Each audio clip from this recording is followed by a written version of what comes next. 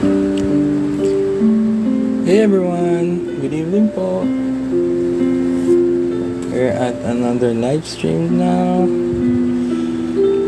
So this one I'll be skinning Miss Hepburn.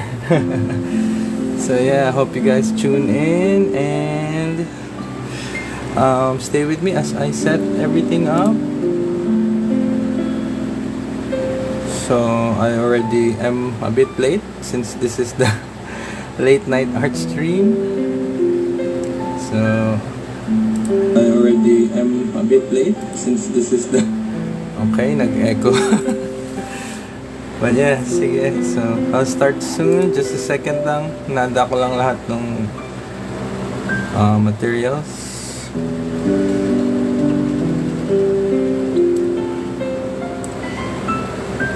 Naligo pa kasi ko eh. Para fresh and fresco.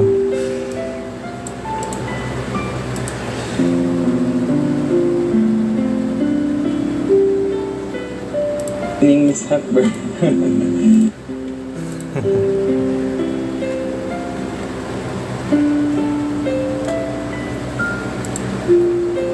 Just quickly share this stream and I'll be able to start. So, hello sa mga nanonood po.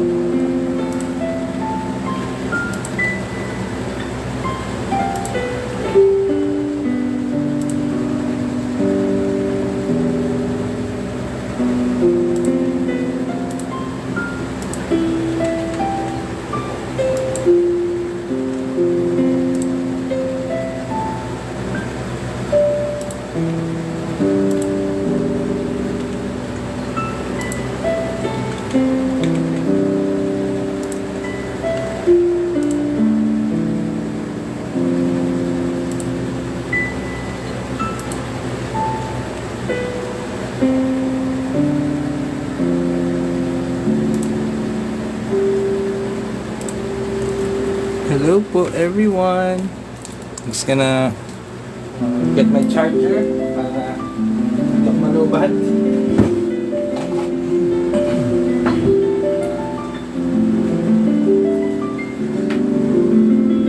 Oy, Sarina, hello. Sherry, hello.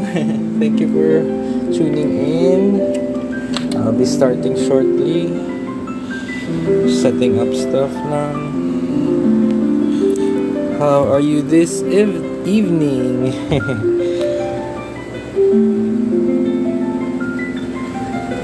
So yeah, I think we're good. So we'll be starting off.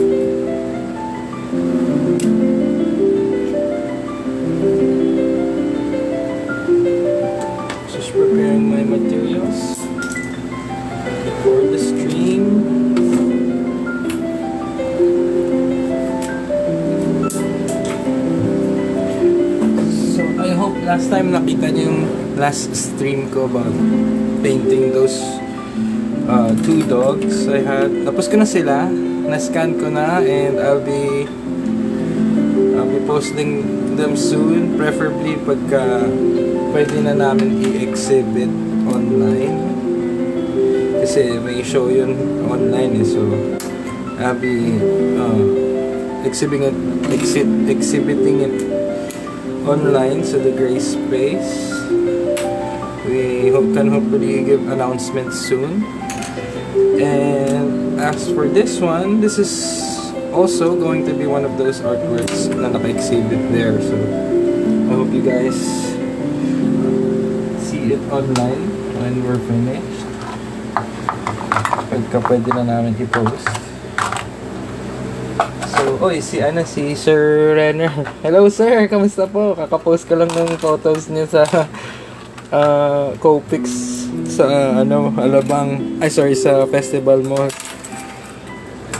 Babe, sabi ni Sir Renner, favorite actress kaya. Oh, yeah. Ganda nga ni Miss Audrey Hepburn. No?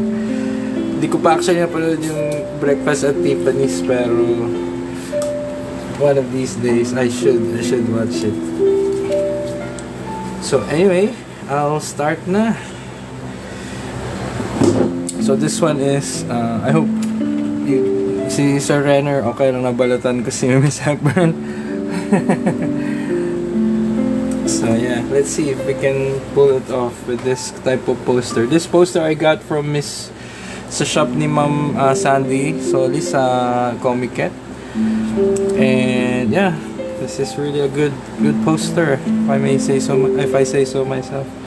So balatan natin si Miss Hepburn. So when I typically when I start to skin these paintings, ginagawa ko usually, ginagawa ko muna sila ng parang outline sa skin nila, and kung saan yung mga layers of muscle pala, maglalan. So that's what we're gonna do to start with.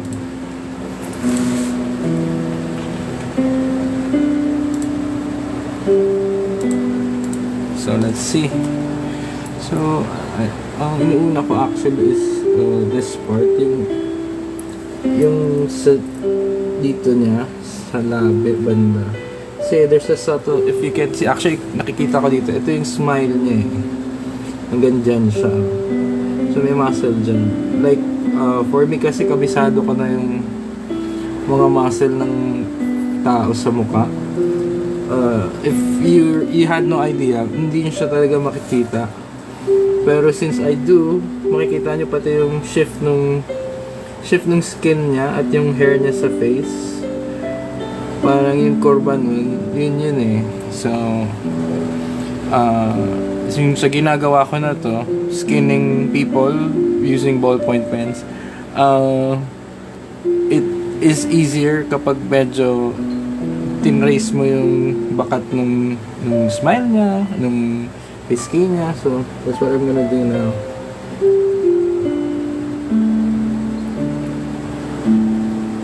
So yan, may ganun siya yan, maabot dun. Also of course, I still also have up to now my reference out ng skinned figure. So I'm not forgetting anything, so I won't forget anything while I'm doing this. So minsan nakakalimutan ko din kahit medyo kabisado ko na ano nila. I never really venture out doing a serious work na skinless figure or masochism as I call them, without having to refer to my reference. Kasi madalas magkakamali ka talaga, or I've been wrong before na having to put lines where there shouldn't be lines. So I just hope na we can do justice with this one as well. And there's also like parang mga smaller circles kapag tinitigan nyo mabuti yung anatomical figures that you can actually see yun nga sa reference or sa actual photos you're skinning. So yeah, that's one.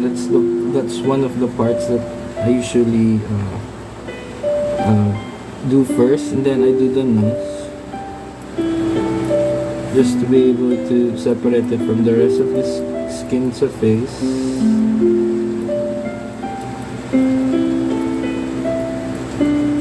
So again, if you guys have any questions, just let me know. Just ask them away.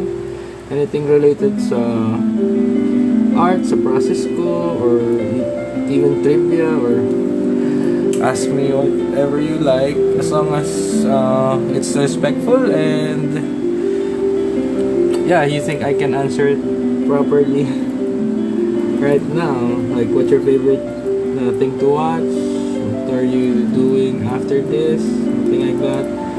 Or what other projects should you guys be looking out for? Something like that. Or be creative. What else do you think about when you want to ask me? Now's the time. Para I hindi rin sobrang tahimik lang ako sa ano. But that's okay as well. Masaya din naman mag-paint ng tahimik. So yeah. So those lines basically just indicate yung kung paano yung strokes niya. And that's what we have on the reference that I have. So I'll just follow that. Sometimes I also have other references open, not just one. So that medyo meron tayong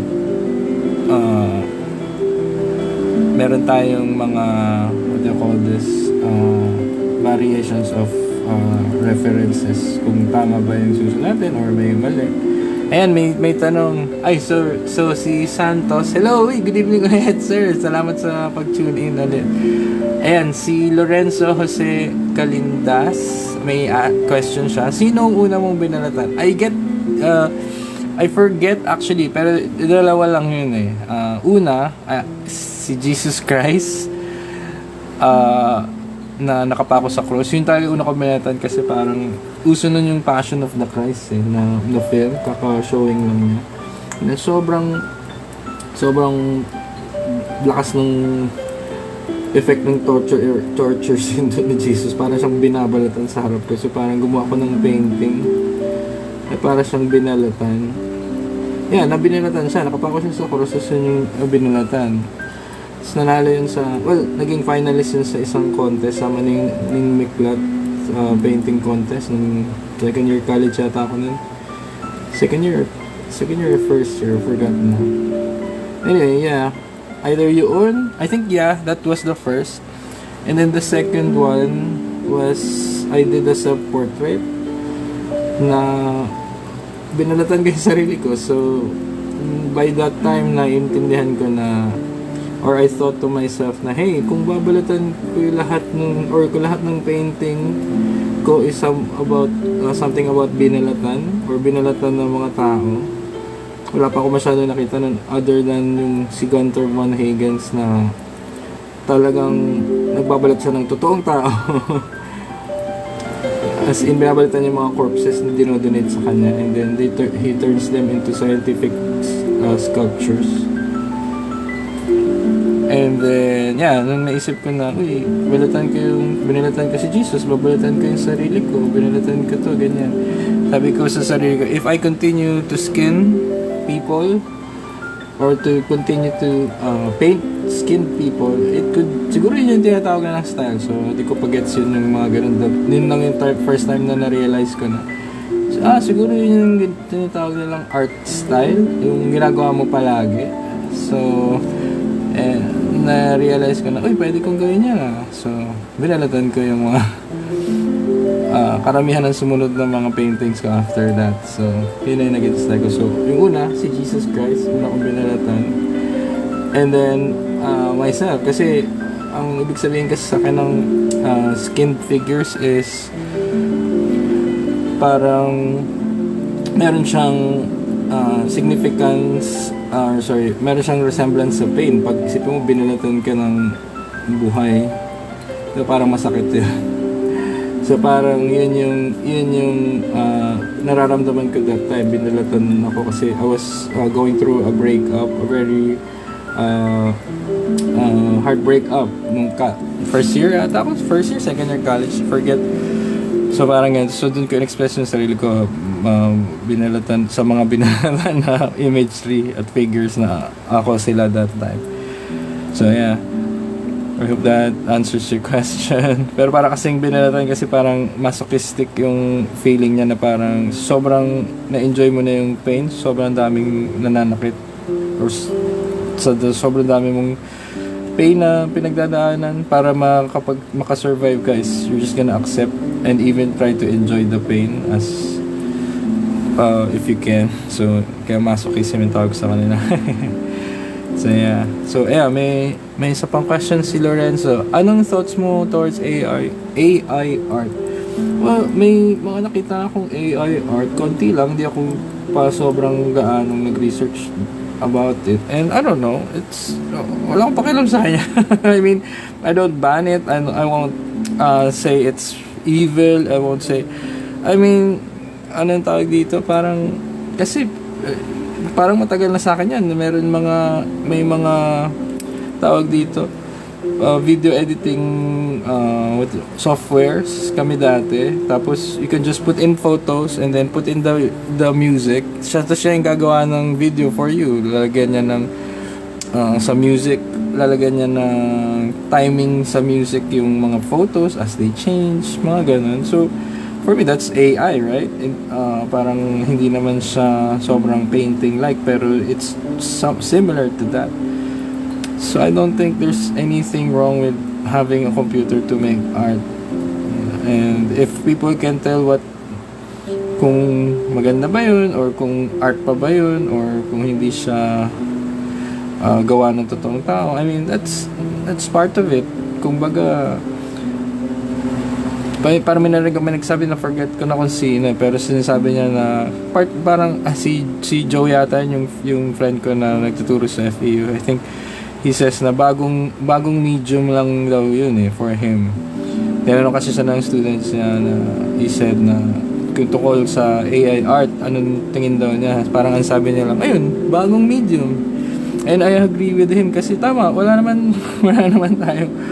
I mean, natatakot ba kayo na mas magaling pa sa inyo yung computer, di ba? So, I guess, mas galingan nyo pa.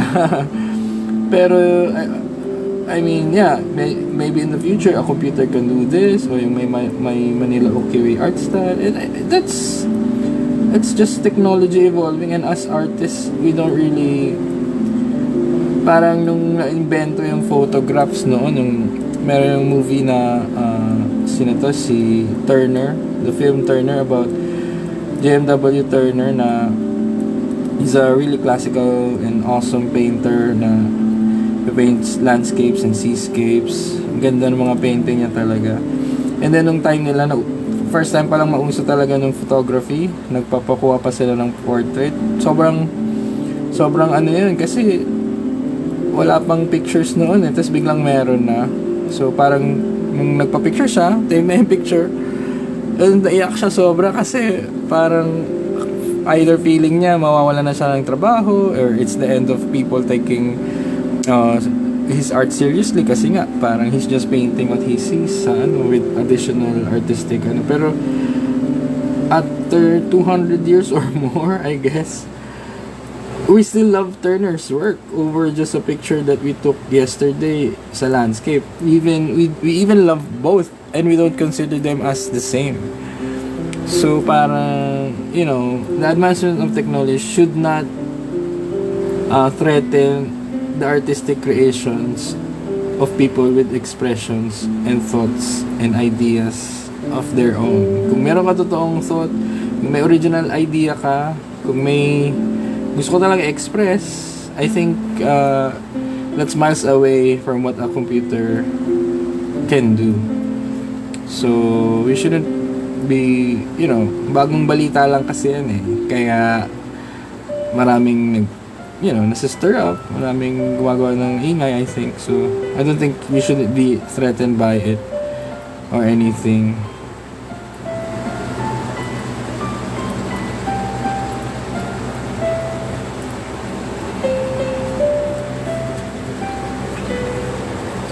So yeah, so that's the basic outline for the face. So medyo faint siya if you see it in that perspective, pero if you guys can zoom in a bit,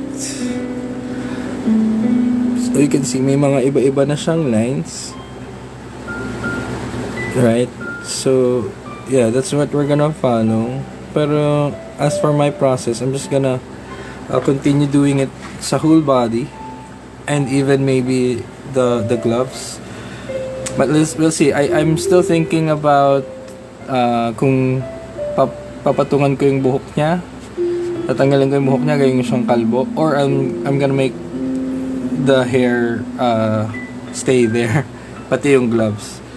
So let's see what kasi parang gusto kong i-maintain yung siya pa rin, and then that you can still recognize it's her, and at the same time that binalatan yung tao, parang ganun. So let's see if we can pull it off, kasi minsan ang hirap pagka binalatan ko na siya, ay si Aubrey, hindi walang makaka-recognize na si Audrey yun. So, I wanted to be so recognizable na siya, tas babalatan ko din siya.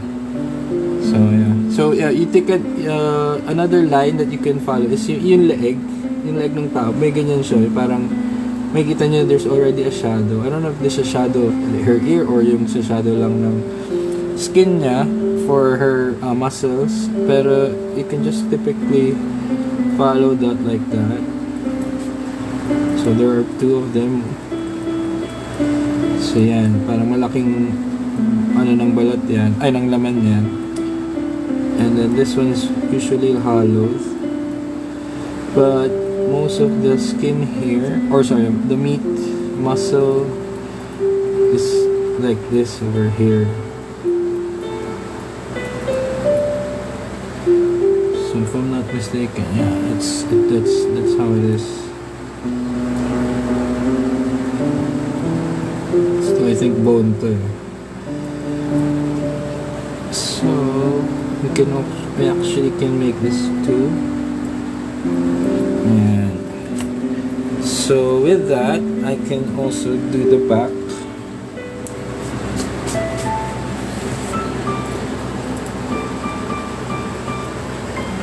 But yung back is kalahati niya is muscle, and then kalahati niya is like butas siya. So parang pag ganun, and then this one. So I typically make choices for people who have lighter skin. I'm not racist, of course, and I don't believe that you can really capture the skin tone kapag hindi light. I really can't draw on it if may dark skin siya. So I just choose the lighter skin people. Meron akong mga gagawin na rin na mga tao na medyo black people as dark skin, pero not that dark kasi just to be honest, I don't think the paper or the pen can handle the darkness of the tone. Parang wala na kami makikita masyado. But who knows? I might still be able to, so I might find a way to do that.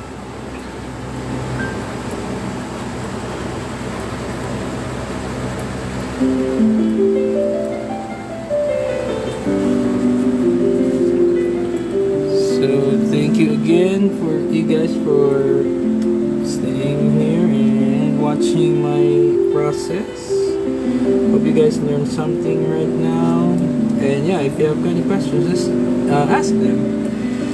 I'll be happy to answer them. I'm like, I don't guarantee na you like the answers that I'll give, but yeah, I'll still answer them as honestly as I can. So, uy, si Ellie. Hello, Ellie. Kamusta? Sabi niya, hi, Tito Marius. Hello.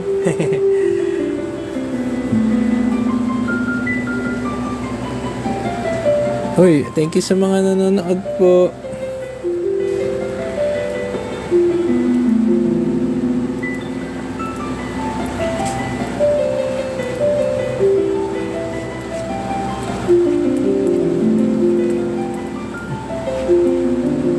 So I guess it's sabi ni Ellie, you're always amazing. Ay, thank you.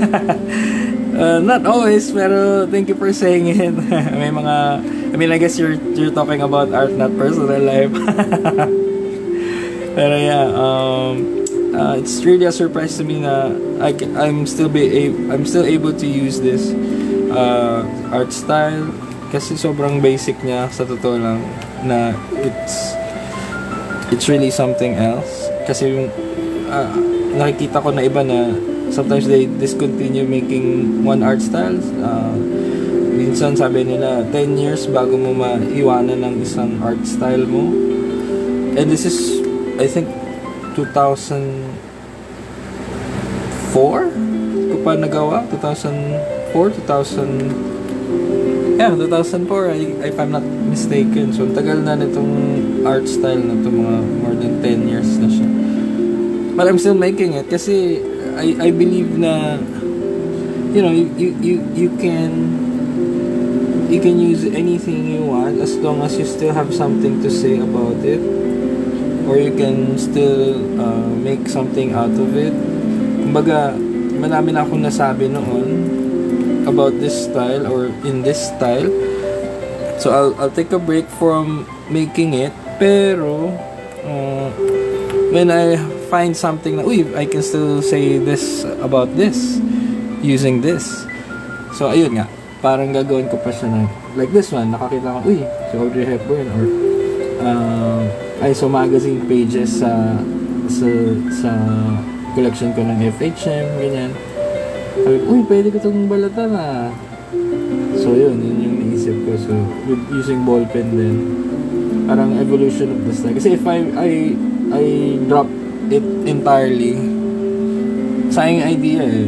Dami ko pang makikita ng possibility with a single idea, just elaborating it or doing more of it. So yeah, so I'm just really happy na nagagamit ko pa siya. Sabi ni Ellie, well, usually pag mahal mo naman talaga yung ginagawa mo, especially this style, art style, babalik at babalik talaga siya. Oo, totoo yun. Kasi I really love this style talaga. I mean, ang dami ko na ring, if I'm gonna be honest, ang dami ko na ring art style na sinubukan, tinesting, and not every one of them is a home run. Kumbaga sa in my own definition of a home run, na hindi ko siya uulit-ulitin. But I'm not going to close the door on, also I'm not gonna close the door on any of the styles as well, kasi baka makaisip ulit ako ng idea. So parang ganun. So I mean parang yung minsan kasi hindi pa luto siya eh, tapos sinusubukan na natin kainin, parang ganun.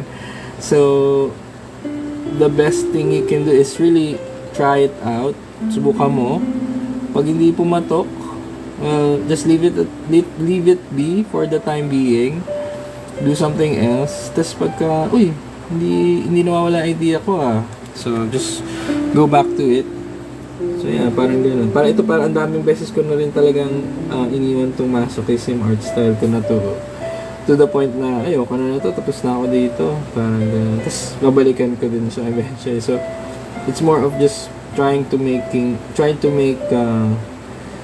or at least making something na you think deserves the style you have. And lalo na it's really something na, like you said, Ellie, making or doing something you love. And really, I love drawing anatomy, kasi si Ma'am Myla really introduced us to the anatomy and anatomy books. So I was really happy with that, kasi nung bata pa lang ako, may mga anatomy books kami, kasi meron kaming Encyclopedia Britannica, yung mga ganun. So most of them are text, pero meron iba na has like pictures. Nung bata ko, nakikita ko ngayon yun sa anak ko na he's just like flipping books. Buksan niya, titingnan yung mga pictures, ganun. Ang dami naming art books dito, so I guess mas malalo siyang magre-retain ng images. But yeah, when I was a kid, I still remember flipping through yung mga books pag walang mapanood sa TV na cartoons, flipping through yung books, tapos nakikita ko yung mga anatomy na parang transparent pa nga sila so something like that, so that you can see the layers of body of people. So yun, so binabalikan ko yun, sobrang na-amaze ako na, and I never thought na hanggang paglaki ko, 36 years or more, 36 years I think, or less pala, sorry, I would still be able to have or find fascination sa anatomy. So ganun ko siya na-appreciate nung bata ako. Then yeah, yung sa anatomy class namin back in college, we tackled again the anatomy figure. So I had like tons of references sa library ng UST that time. So pina-photocopy ko sila, and up to now yun yung iba ko pang gamit ng references kasi they're still accurate, of course.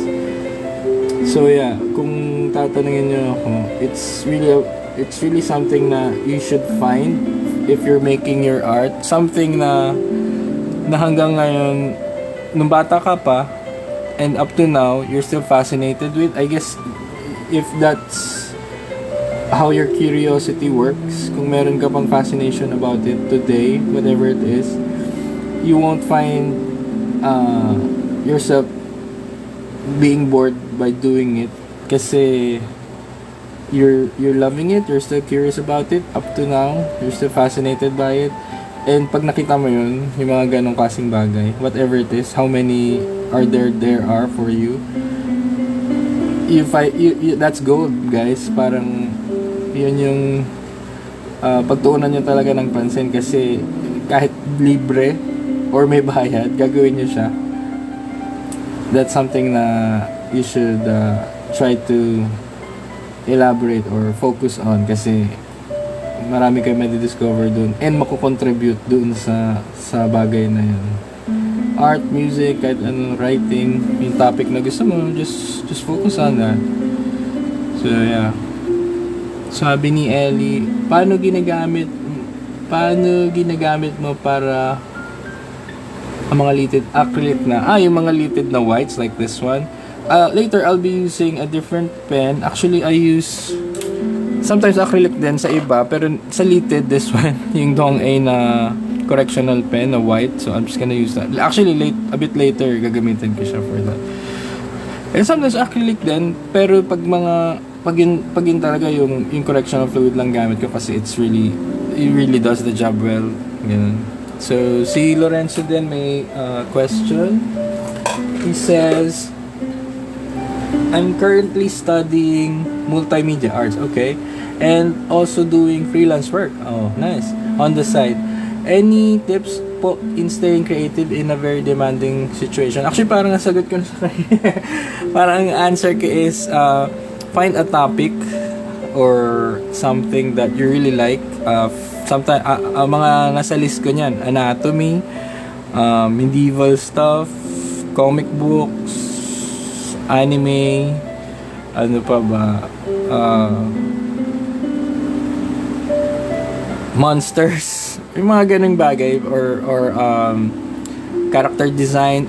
Just make a list that you really love, and then try to make stuff that's under those things. Like for example, mahilig ako sa monsters.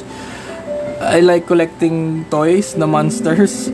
I also love toys. Bibili ko ng laruan, katulad nito, kakabili ko lang si Marius. So, mahilig ako niyan. And then I consume stuff na nandun si Marius, or download ako ng images na ang anime, ganyan. So, paliguan mo yung sarili mo with those stuff, and also read books, of course, about the people you admire, or ano. So what I'm saying here is, parang if so to be able to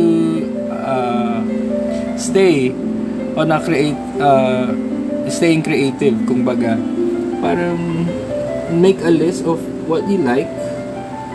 Also, make a list of projects that you like to do. So, for me, meron akong project ngayon. This year, I just started this year, nung 2022. I started to make at least one art book or self-published art book per month. So, I don't know if you saw that post na, pero I was making a self-published book or comics or art book or zine, poetry book, whatever. Basically one self-published book a month. So if we're in November, right? November, ang natapos ko na is 10. So nakatapos ako ng 10 art books this year. So I need only 2. Tapos if I'm not I hope I'm not spoiling anything, but yung isa kong tinatapos na book for November includes this girl. So this art piece. So parang ganun. So let's parang yung arrow mo, sabi nga, parang kung wala kang target, paano mo malalaman kung tama yung pinupuntahan nung tinira mo na arrow? If wala kang goal, how do you know if you're getting there? So yeah, parang you have to have your own projects. Kasi sabi mo you're studying. Okay, good, study. You're also doing a freelance work on the side. That's also good. Do that. Pero what are you doing for yourself? That's actually the number one thing you should do. Yung studying, of course, that's important. Yung work, sure, that's cool and important as well. But never forget you. Ikaw yung number one. Well, of course, si God, of course, number one. Pero ibig ko bang sabihin, kailangan ikaw, meron ka ring project that you're doing for yourself. Siyempre, priority mo yung school, priority mo yung work, if binabayaran ka. Pero don't forget about you as your priority din. Kasi pag wala kang ginagawang personal project mo, eventually your schoolwork, your artwork, your homework, your work would fall flat kasi you're not expressing yourself here. You're just doing a checklist of what to do with your work. Parang kahit nasa corporate end ka ng things or nasa business ka, if you're not doing something for yourself, your soul will die. Mawawalan ka ng say sa things, especially if tagasunod ka lang or konti lang na i-contribute mo sa work mo, sa school work. Wala kang say sa topics, di ba? Na dinidiscuss nyo sa school. You're just there making stuff na of course that's important too, pero you have to make your own work. You have to make your own projects kasi you're only there in school kasi you want to learn, right? But you're only learning stuff because you want to improve your style, your art. So what I'm saying is, so saan mo gagamitin yun pagka may work ka na? And parang hindi magandang equation na you're just doing it for other people. So kaya lang nawawala ng creativity yung tao is because nababurn out siya dahil hindi tungkol sa kanya yung, or he's not making the artwork he wants to make. Alam mo yan, parang pag work project, tinatamad ka. Pero pagka your personal project, sobrang excited ka. So find that spark, kung ano man yun, na you're making, like I said earlier, yung hindi ka nagsasawang gawin. And then focus your efforts on that. Pag ginawa mo yun, pag nakita mo yun, don't let it go or make more of it.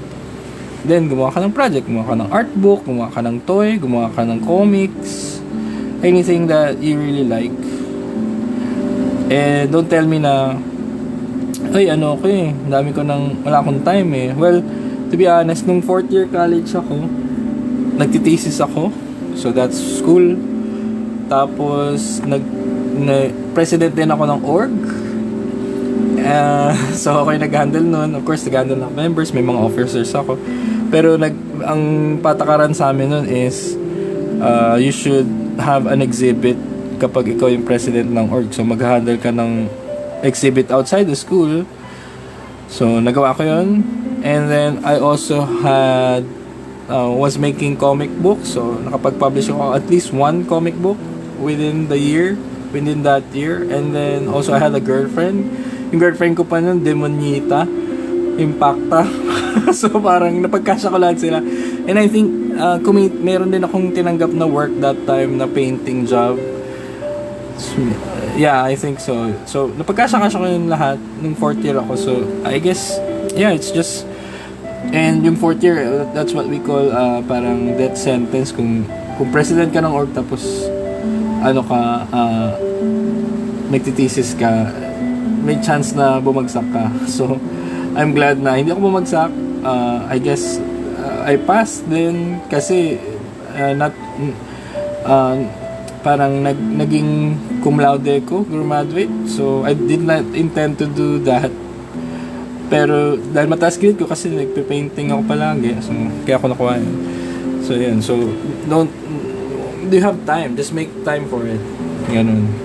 So, good evening pala si Raymond. Hello, Raymond. Kaklase ko ng high school. Hi. So, yan. Anyway, si Ellie nag-message ulit. Sabi niya, yan din iniisip ko kanina. Yeah. Kasi mas madali patungan ng pen. Akala ko lang baka dumulas-dulas since glossy. Kaya akala ko acrylic. ikaw. Yung actually yung ito poster to. Yes, you're right, Ellie. It's actually really smooth. Sobrang madulas siya. Pero what I found out is you just have to adapt to it. Dapat medyo gamay mo kung ano yung texture ng papel. Yung difference niya with this glossy type of stuff na I got used to na kasi I was doing a lot of these for a show. It was a show sa Art Plus magazine, yung Inner Beauty. And I did like 20 something artworks or less than 20 paintings na ganito lahat sa magazine paper, iba-ibang klaseng texture. Ang pinakamahirap yung sa cover ng magazine. Sobrang dulas niya. Pero it's usually what you want kasi yung money shot ng picture sa posters or sa loob ng book or magazine. But anyway, you just have to really etong like ito madulas. Pag ito yung kakalagay ko lang, ginanon ko, magsasmudge yan. So you have to really know your enemy. Parang talagang alamin mo. You'll make mistakes of course in the sa first tries, pero you get the hang of it. You just have to really know which ones kung anong unahin, kung anong last na. And when you get the hang of it, magagamay mo rin yung glossy type of paper like this. So yeah, may question pa siya, AAP na ba yung org nyo noon or iba pa yung name? No, yung org namin noon, it's called Gintong Susi. Gintong Susi means, yung Susi, it's Suri at Sining. Tapos it was founded by Abe Luna, si Sir Abe, if you know him. Abe Luna Orobia. And then ako yung next na president namin si Ate Jade Usinar, and I was the third president ng org na yun. So that was that. And I don't know I think wala nang Gintong Susi ngayon, so iba na yung mga art groups, pero we basically focused on painting. And kasi may daming advertising students that time na even our members, a lot of them were advertising students na wanted to focus on also painting and exhibiting their works outside of the school. So yun yung parang gist ng group namin. Enhancing your art, exploring, enhancing, tatlong E yun eh. Explore, enhance, saka another E, I forgot. So parang yun, you have to show us your work sa org na yun. Then we'll see if pasado ka. Of course, everyone naman pasado actually. Wala naman kami binagsak nun. Kunwari lang may test pero wala talagang, because we wanted to parang encourage people to be themselves sa org na yun. And at the end of the school year or even before, makakasali ka sa isang art exhibit with you having to be able to paint in your own art style with the theme that we have provided. Yung art show ko nun na ginawa is about Jesus Christ. Parang yung different images ni Christ na pinako sa cross. So like I said, yung sa akin parang isa yun na binalatan ko si Christ. Tapos ginawa ko siyang caterpillar kasi parang caterpillar Jesus ang title nun. So after namatay niya, nag-isang pupa, and then after ng 3 days nabuhay siya as a butterfly. Parang ganun yung ibig sabihin ng painting ko nun. So anyway, yun yung org namin. And then nasaksak pa ako nun, so that's a different story. So sa isang taon lang yun, sa pagiging 4th year ng college sa US. At napagkasya ko lahat yun sa isang taon. Anyway, so ayan, yun nga, Gintong Susi, Ellie. So parang yun talaga yung org namin that time, yung kay Sir Abe. Buti alam mo pala yun. So hindi pa siya ganun ka old artifact. Currently yung buhay na org, sabi ni Ellie, currently yung buhay na org this year is yung org namin, yung initiative namin before. I see. Yun nga,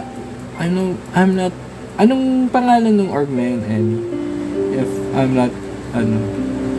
I'm able to ask. Kasi ang naalala ko kay Ma'am Myla, meron pa isang org yung Polymath. If baka yun. I'm not sure. Pero astig yung org nyo kung nag-invite nga kayo ng mga mga artists, kasi that's really something na makapag-invite ng ibang artists inside the school, lalo na yung mga exhibit sa galleries, kasi you being kids sa org or sa painting, you have to know na you have to have madami kasi kayong questions you have a lot of questions na minsan din sasagot ng professor o naiya kayo magtanong, but you can freely ask someone who is exhibiting outside the school or nasa field din.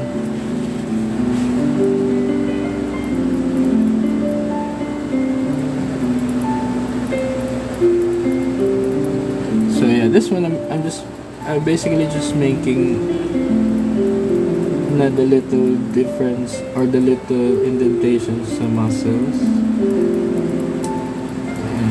And just, yeah, typically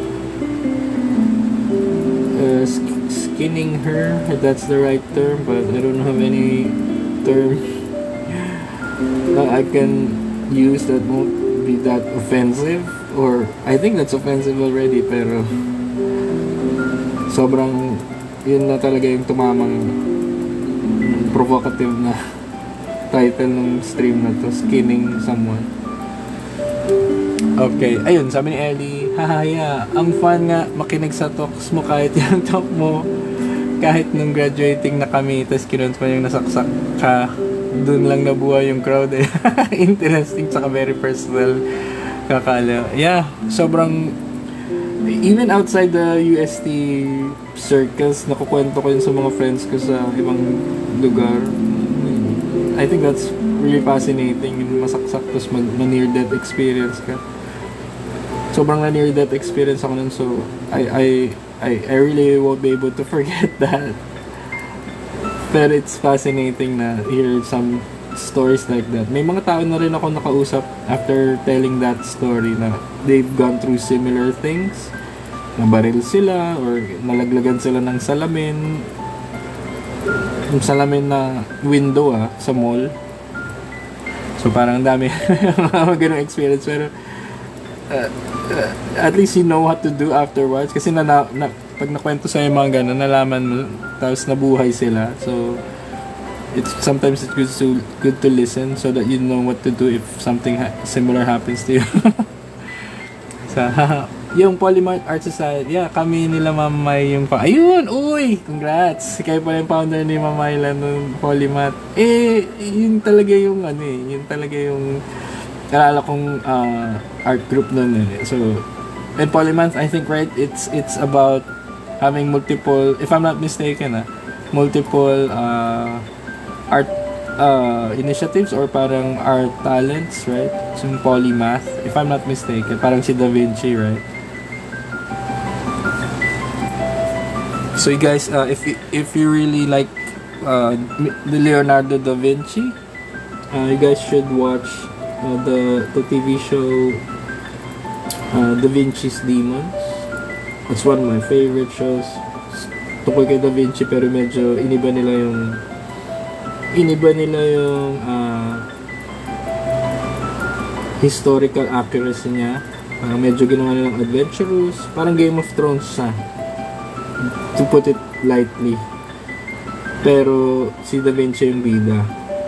And then there are other characters, sila Machiavelli, sila Zoroaster. So iba-ibang, it's really nice. 3 seasons lang. It's really for artists to watch. And especially if you're a polymath, maganda yun. Maganda yung series na yun. Sayang nga natapos na siya. Lots of nudity. Lots of sex and nudity, but it's still good. I mean, lots of violence din.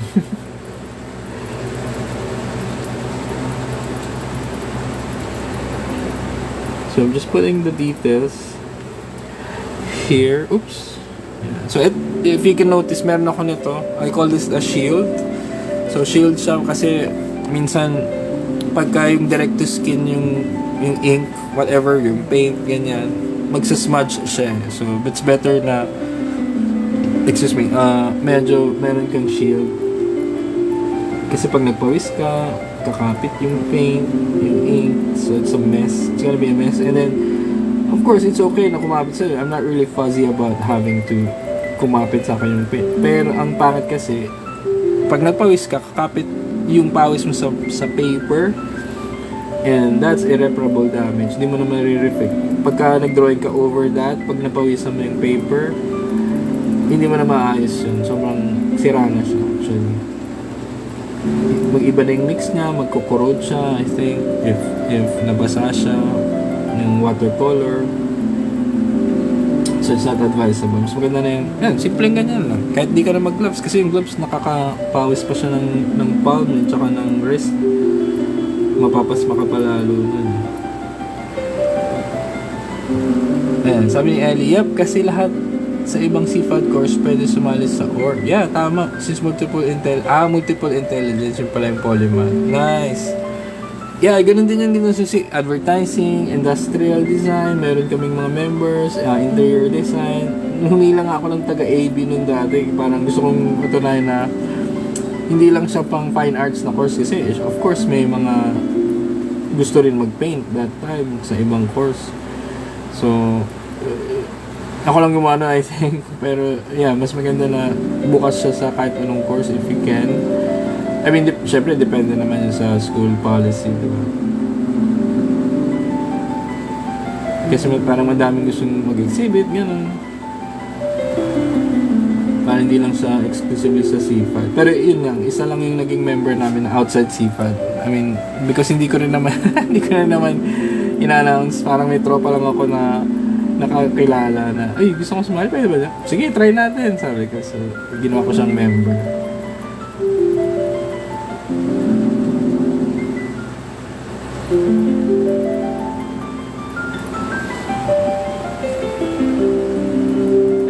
So, I hope everyone is doing great tonight watching the stream.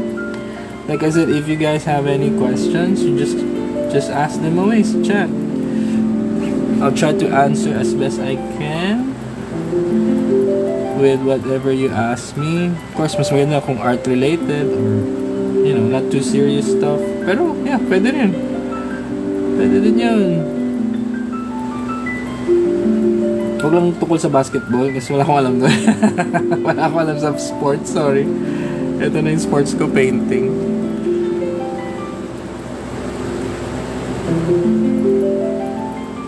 So hopefully I can finish this tonight. Kung hindi ko man matapos, I'll continue tomorrow night. But I'm planning na bukas iba pa yung nasa stream ko din. So let's see what we can do about this one. Right now you can see na medyo parang na siyang may mask, right? Parang na talaga siyang binalatan. So let's continue. But first, what's this? Yeah, yung panda bear. Hello, panda.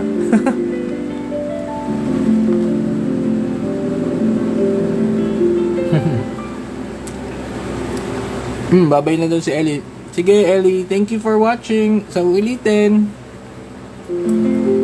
Bye-bye.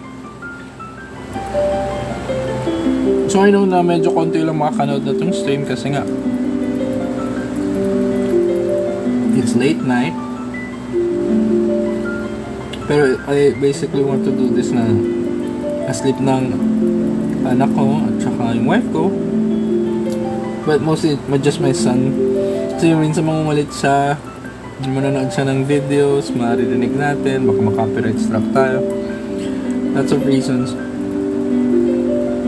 At least kung sleep na sila, and we can just, party all night. Joke. Mas makakapag-focus tayo dito. Kasi dito rin sila nagda-dine, so we don't want to hear them speaking na about stuff na hindi related dito.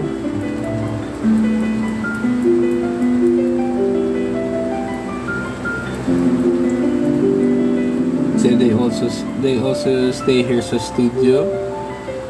Pagka tapos na sila sa bedroom, dito rin yung wife ko nagpipaint. So minsan siya rin na nakikinig, nanonood.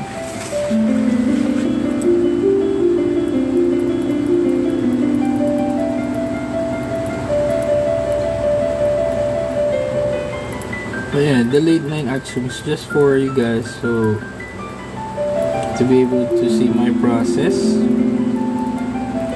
And yeah, comment anything or ask anything if you want. And then also, if di nyo mapapanood to on time, live, nasa stream videos ko naman sila. So it's gonna be always there for you guys to watch.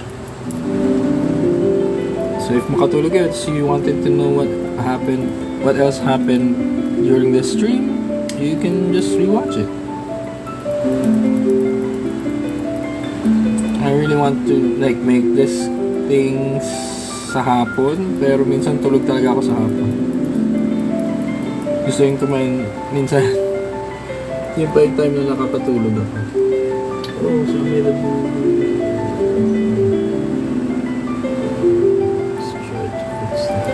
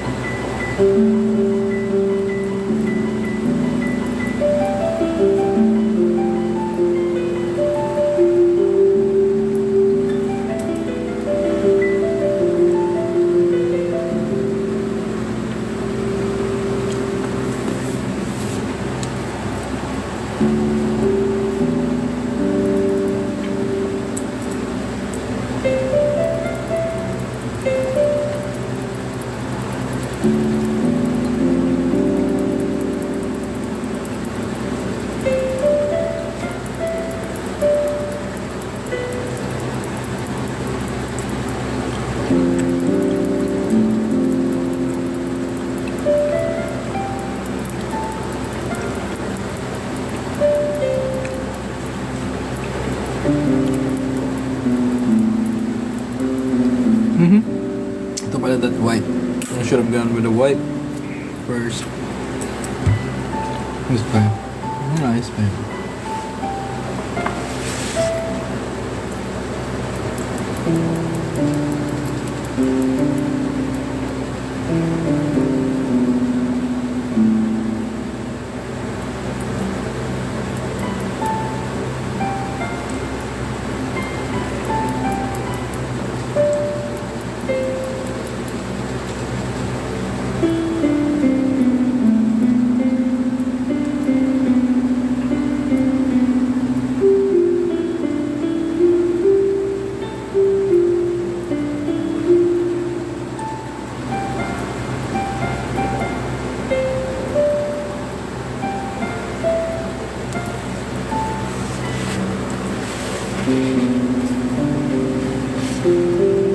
Sabi ni Santos has a question. Anong tawag sa ganyang art? Sir, belong ba yan sa pop art? Pop art. Well, not necessarily pop art. Akala ko nga rin, actually, dati ito sa surreal siya. But surrealism is actually made of dreams or from dreams, based sa dreams. So, hindi siya surreal. Yung pop art naman, well, yung kung hindi ko siya binalagtan, tapos medyo iniba ko yung kulay lang niya, yun, medyo may poppy color siya, yun ang pop art or modern na feel dun sa pagiging contemporary niya that time. So I don't think this is pop art. For me, this is what I call masochism, kasi masochism sarili ko invento yun na term in terms of art. May word talaga kasi na masochism that's getting pleasure from humiliation or pain. Yun yung masochism. So this one I call masochism kasi binabalatan ko yung tao and they seem to have enjoyed the pain that they don't have to react to it. Hindi siya gory for me. It's more of just exposing their inner pain, but they've lived with the pain enough that they can hide it, or at least they can not show it. So parang yan, with Audrey Hepburn, I feel na meron pa rin siyang konting slightly feeling the pain. May nabasa ko kanina tungkol sa kanya that she thought na yung mukha niya would never make it to going forward sa Hollywood, sa films. Parang she was insecure na yung mukha niya won't make it sa movies kasi I don't know, feeling niya weird yung mukha niya, pangit yung mukha niya, whatever siguro. But yeah, her quote was, with my face, I don't think I would be able to make it in the films with my face. Parang yun yung sabi niya. So parang mayroon siyang konting insecurity. And she was insecure, and sometimes insecurity can feel really painful lalo na if you can't change that thing that you're insecure of, like money or fame or whatever. It's your face. Kung ayaw mo magpo-photo or magpa-surgery, you really can't do anything about it. And isipin niyo si Audrey Hepburn na insecure siya. So she can still feel pain in regards to her beauty. So I wanted to expose that beauty, that pain that she felt, just to prove na everyone can feel pain. Anyone can feel insecure. Kahit gaano ka kaganda or kasikat, you still have that pain, and that actually is not like a bad thing.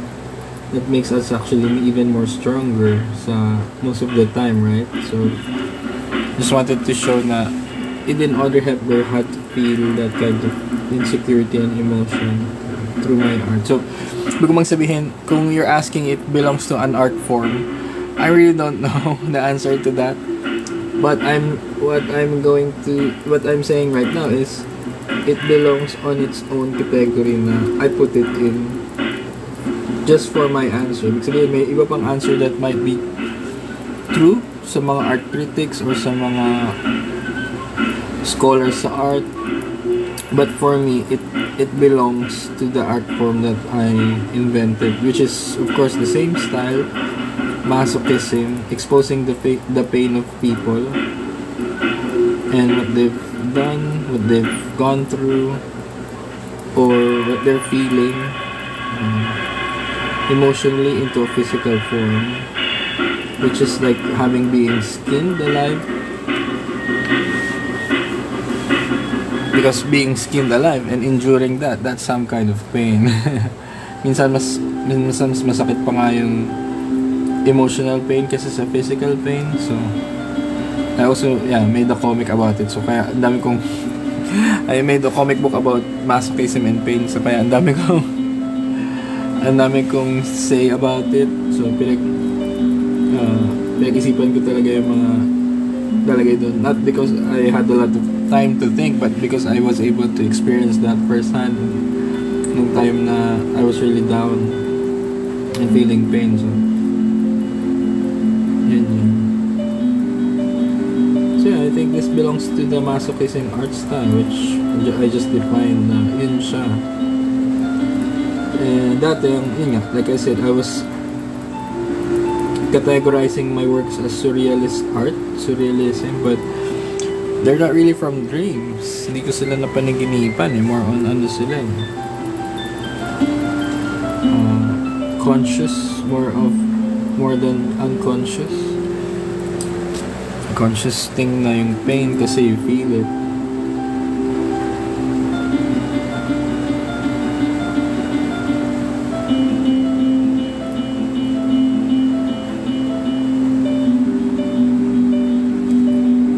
But the term masochism, I did not invent that. It was invented, actually it's a condition, invented by Leopold von Masoch. So he wrote the novel Venus and Furs.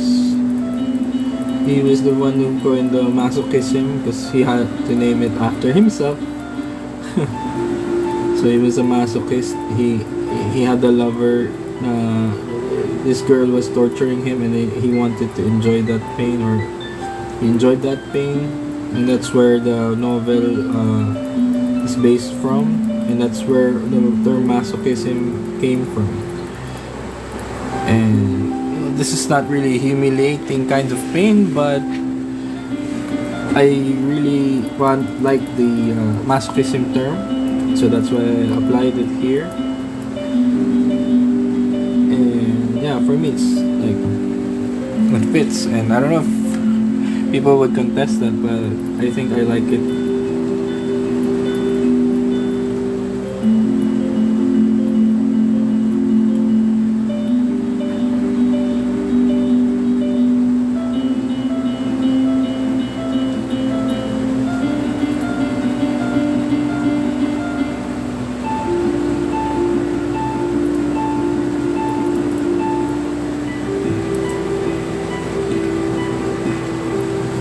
Ayun, sabi ni Santos, galing din ng transition ng mga gawa mo, sir. Galing sa street like yung aso, tas ngayon medyo dark naman.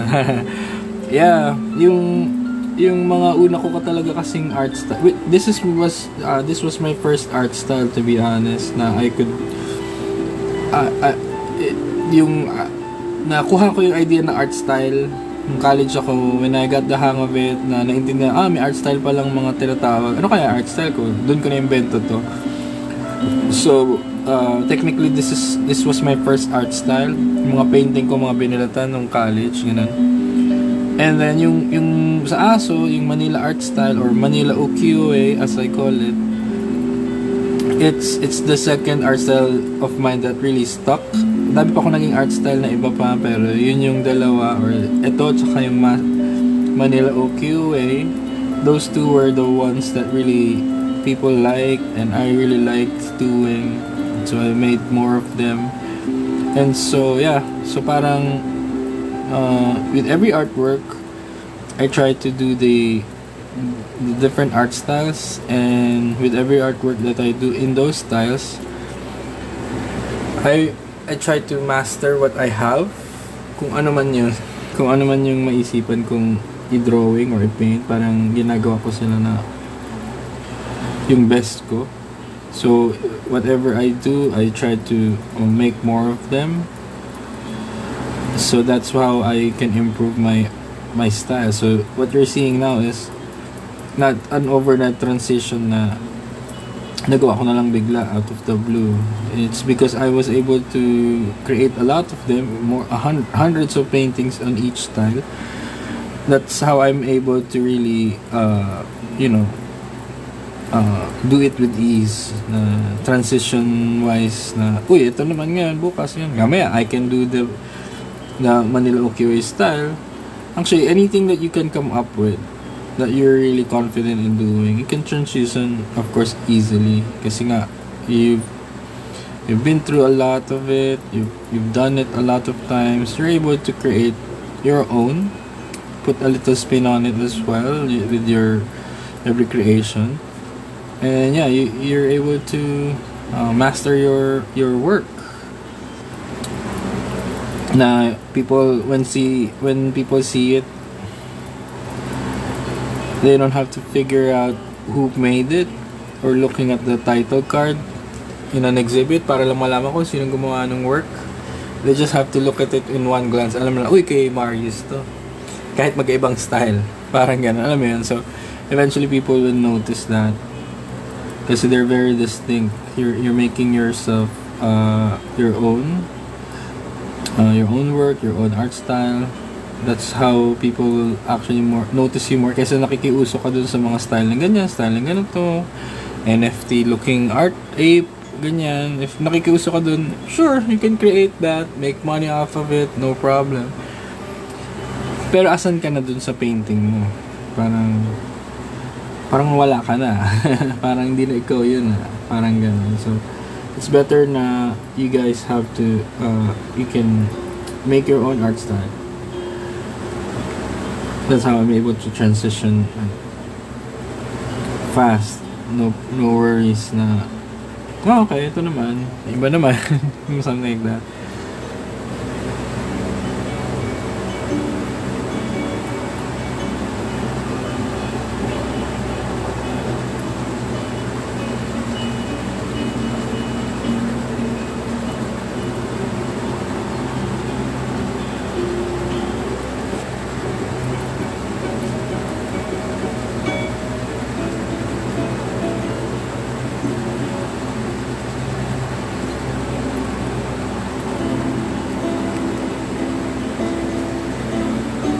So Santos also asked, tama, meron kasi sa hagod pa lang, alam mo na sino may gawa. Tama, dahil sa art style niya.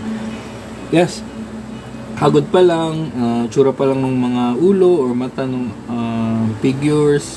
Alam mo na itong artist na itong may gawa nito. Kasi nga, medyo they're trying to make their own style, diba? Their own statement sa art nila. So it nasa hagod, nasa subject, nasa itsura, nasa gawa, nasa title, nasa themes. So parang you get to know the artist by their work. And you can always tell na if someone is not being themselves kasi nga ginagaya nila yung isang artist. Yeah, you can say na well, it's okay to be inspired by an artist, other artists. If may influences ka, that's cool too. It's also a part of the artist, therefore that's also the artist whose art you're looking at is making his artwork. But if you're blatant, if mas marami pa yung art ng iba dun sa gawa mo, then you should double think that. Otherwise yun nga, kaya na ba to? Ibang pangalan ng tao yung maririnig nila dun sa painting na titignan nila.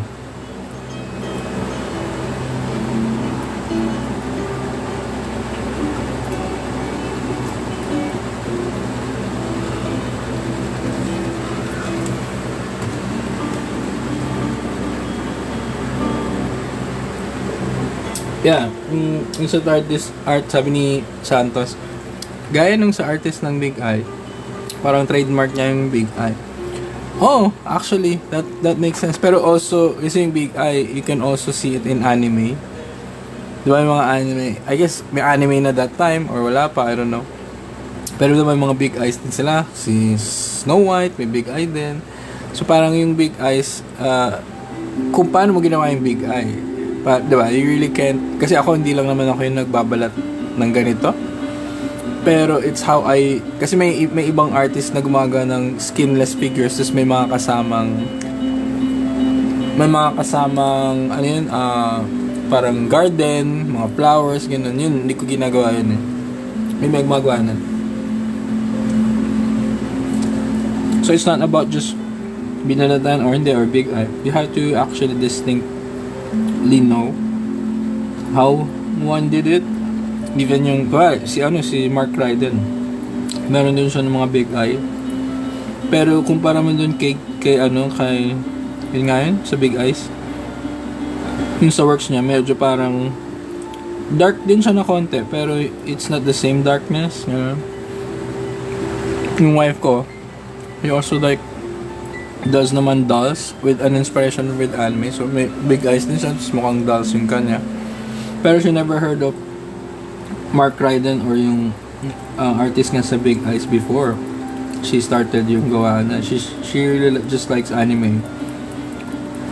Tapos ginawa niyang dolls or marionettes yung sa works niya. So, pero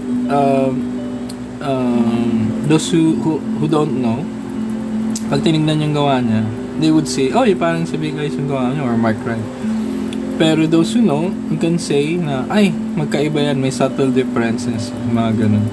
Kasi iba, bawa, ginawa yung painting ni Mark Ryden, yung painting, as Snow White, ganyan. Tapos yung ibang gagaya sa kanya, gagawin din na, kamukha ng Mark Ryden na yan. kamukha ng Snow White na kung paano niya ginawa, kung ano yung mga elements niya, ganyan, cross, ginagyan din nila ng karne, ganun. Yun ang ipipaint din nila. So, yun, kopya yun. Yun yung parang blatant na kinokopya nila. Pero yung artist na kumopya na yun, sabihin, hindi, inspired lang ako. Hindi, yan, kopya yun. Yun yung kinopya. Whereas to some other people would paint, yun nga, like my wife paints stuff like, meron din malaki mata, pero wholesome yung mga painting niya, yung mga bata na naglalaro, mga baby, which of course have big eyes because they're kids, best expressed like that. So, tapos parang ang mga themes niya naman is childhood memories, mga naglalaro sa sewing machines, nasa ilalim ng payong, naglalaro sa upuan, sa tomba-tomba. So, magkaiba yung pinipaint nila in terms of themes. So yun, okay. So yeah, parehas sila kasi ang lumalabas, parehas sila ng influence eh.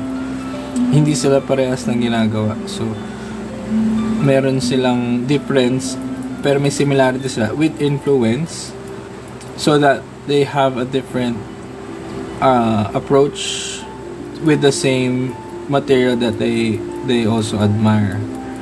So, yeah, yung sa Big Eyes, yun nga, I guess mahilig din siya kay Bambi, mahilig siya sa Disney, and Disney has like, Snow White has big eyes, along with the dwarfs that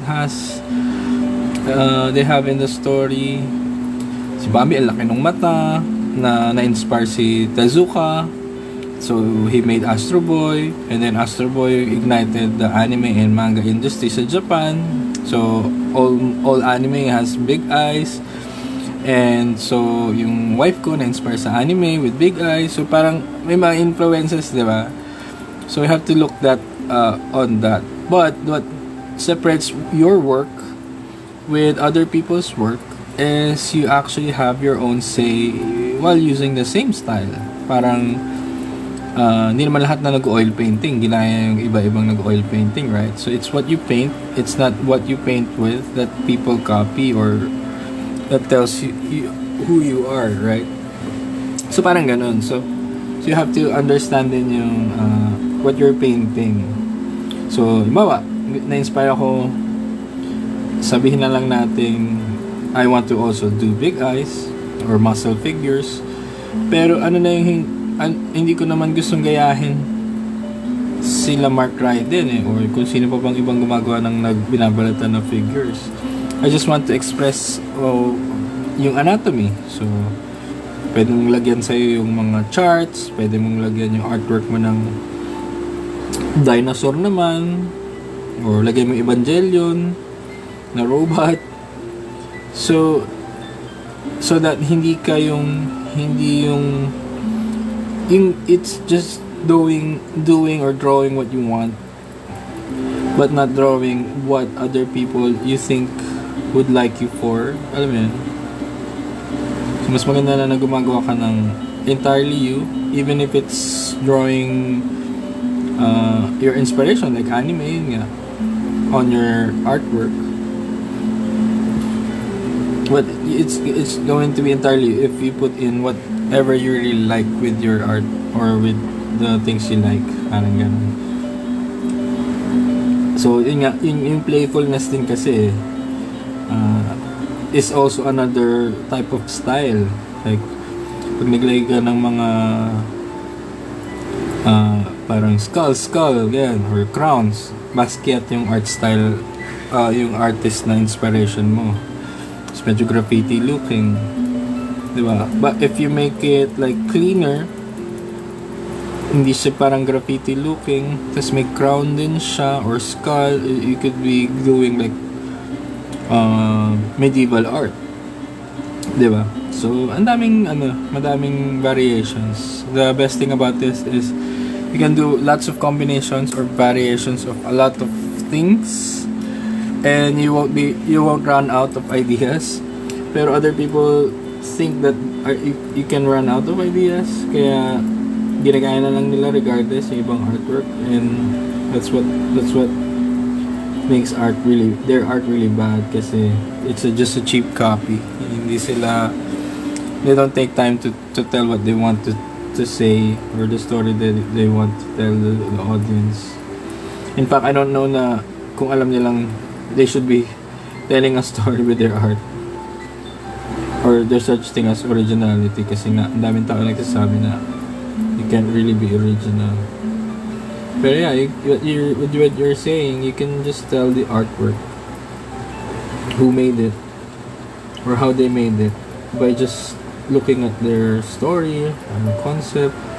And for me, as a lot of I've seen a lot of artworks, or looking at a lot of artworks, I can say na ito, ginaya niya to kay ganyan, or na-inspire siya kay ganun. So may difference yun, pero people will know eventually, diba?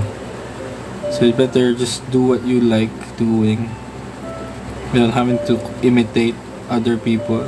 Like I said, you have to, may difference yung na-inspire ka kaysa sa na nagkaroon ka ng imitation sa works ng ibang tao, or from imitation ng other people yung work mo. So yung inspiration difference lang is yung you made it, just made it similar, or you're paying homage to something and you're making it your own, something na wasn't able to exist before. So like this, parang wala pa ako nakitang nagbalat kay Audrey Hepburn, to my knowledge. So I don't think na I think madami ng taong gumawa ng binalatan na tao, but I don't know if people have already skinned Audrey Hepburn with this image using pen and poster paper in our culture na Filipino, and this kind of technique and this kind of intensity with the details. So yeah, it's just having to have variations of other people in your other influences, mixing them up so that it would be an original piece. But the big chunk of that should have to be something that original that you're saying.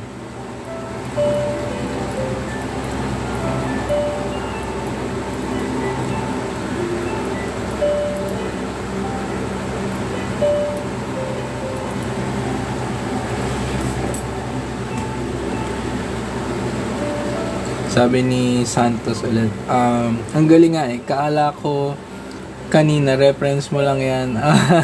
Ay, thank you. Yung muscle, talaga.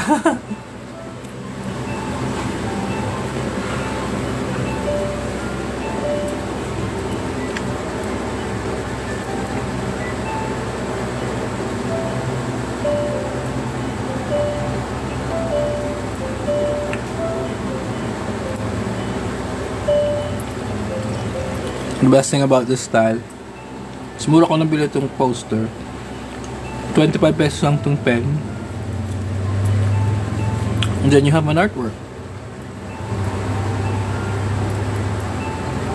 So it's how you really, yung ibang tao may paper at saka pen lang, they can write novels that's worth millions. But not everybody can do that. So it's just up to you how you're able to use something, your time, your materials, with whatever you have. Of course, nothing can be gained overnight, right? But with constant training, with constant effort, you make your art your own. You can create something new. Akala ko, sabi ni Santos, akala ko tone guide lang mga lines mo. Oh, I see. Dahil siya na talaga. And right now, I'm looking at it sa screen. It's really shaping up. Like, tama ka, parang yun na nga siya. Yung artwork ko is, it looks part of the paint, the poster, di ba? Parang nakakatakot na siya. Actually, medyo freaky tingnan. So, we'll see where it ends up.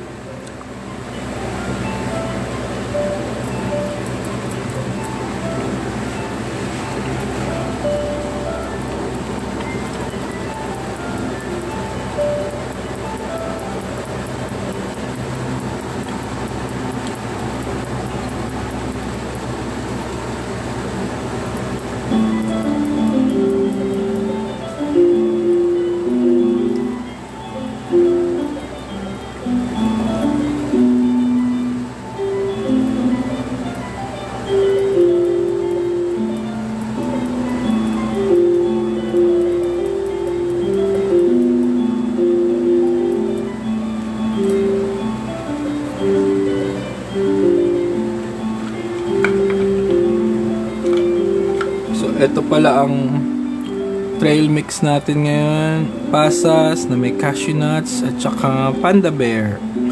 Sarap. Thanks to Oni for suggesting pasas as an alternate for sugar.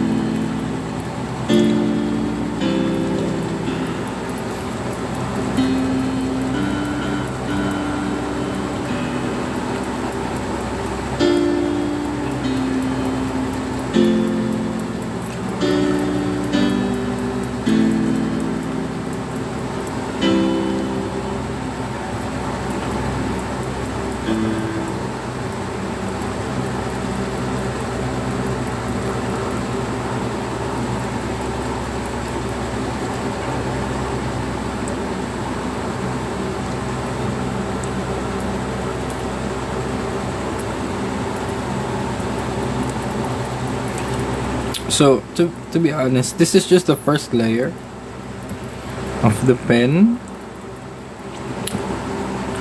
To finish off a lot of layers for this work. But this is just the first one. So we do have a lot of work to do.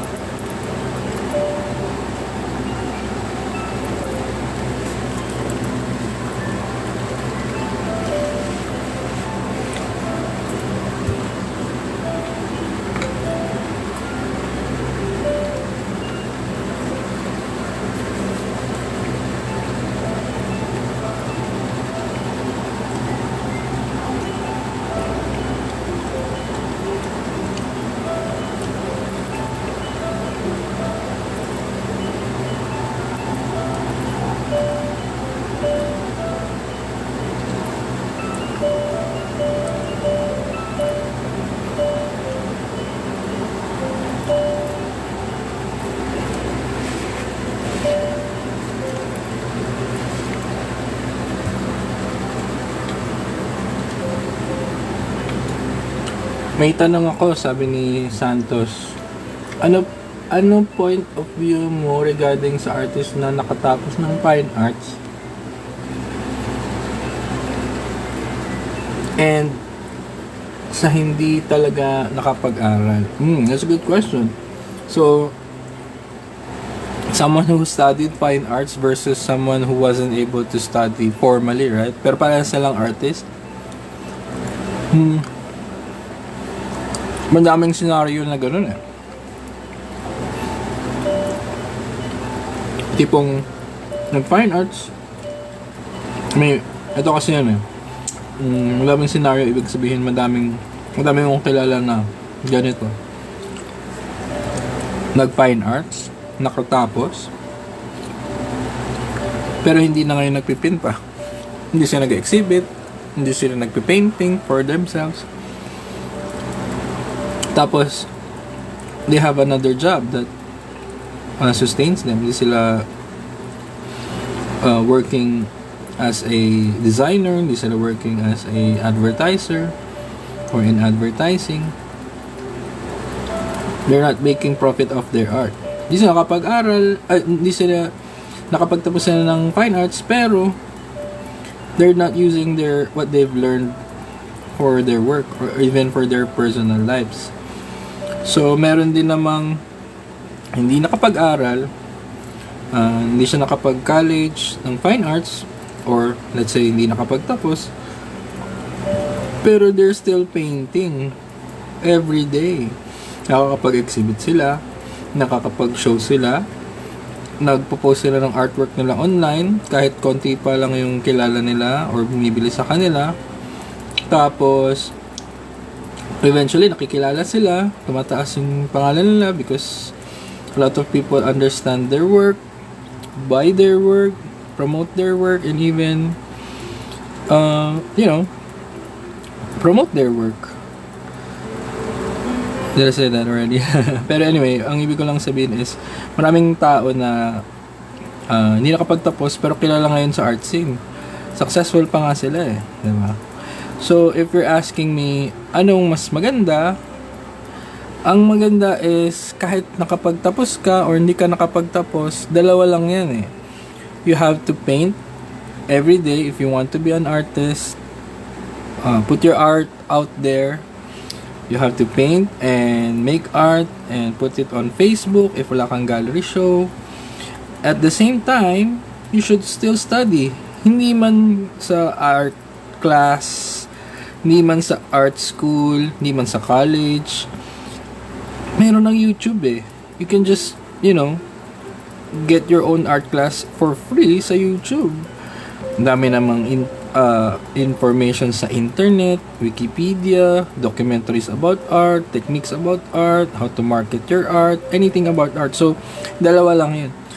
Either nag-aaral ka ng art, nagtapos ka hindi, to improve your art knowledge or art skills. And 2, if you're still making art.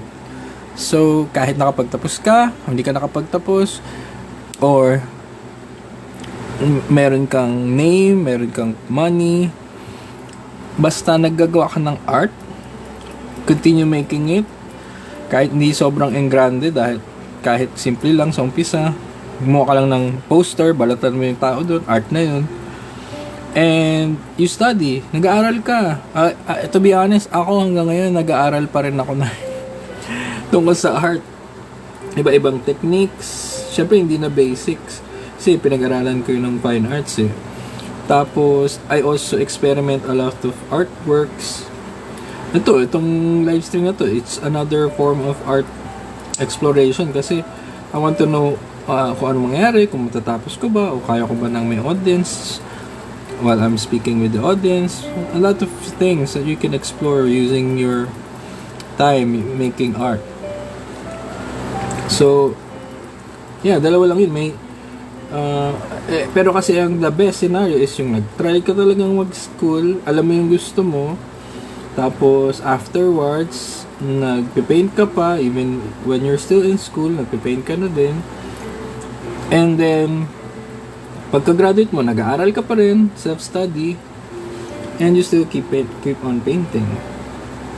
So, ang gusto ko lang sabihin is, you can do both. You can do anything, basta if you want to do something, kahit ano man yan, art o hindi, meron ka dapat kahit papanong passion doon. Kasi if wala kang passion, wala kang hilig doon, kung wala ka namang hilig sa history, bakit ka gusto mo maging historian, di ba?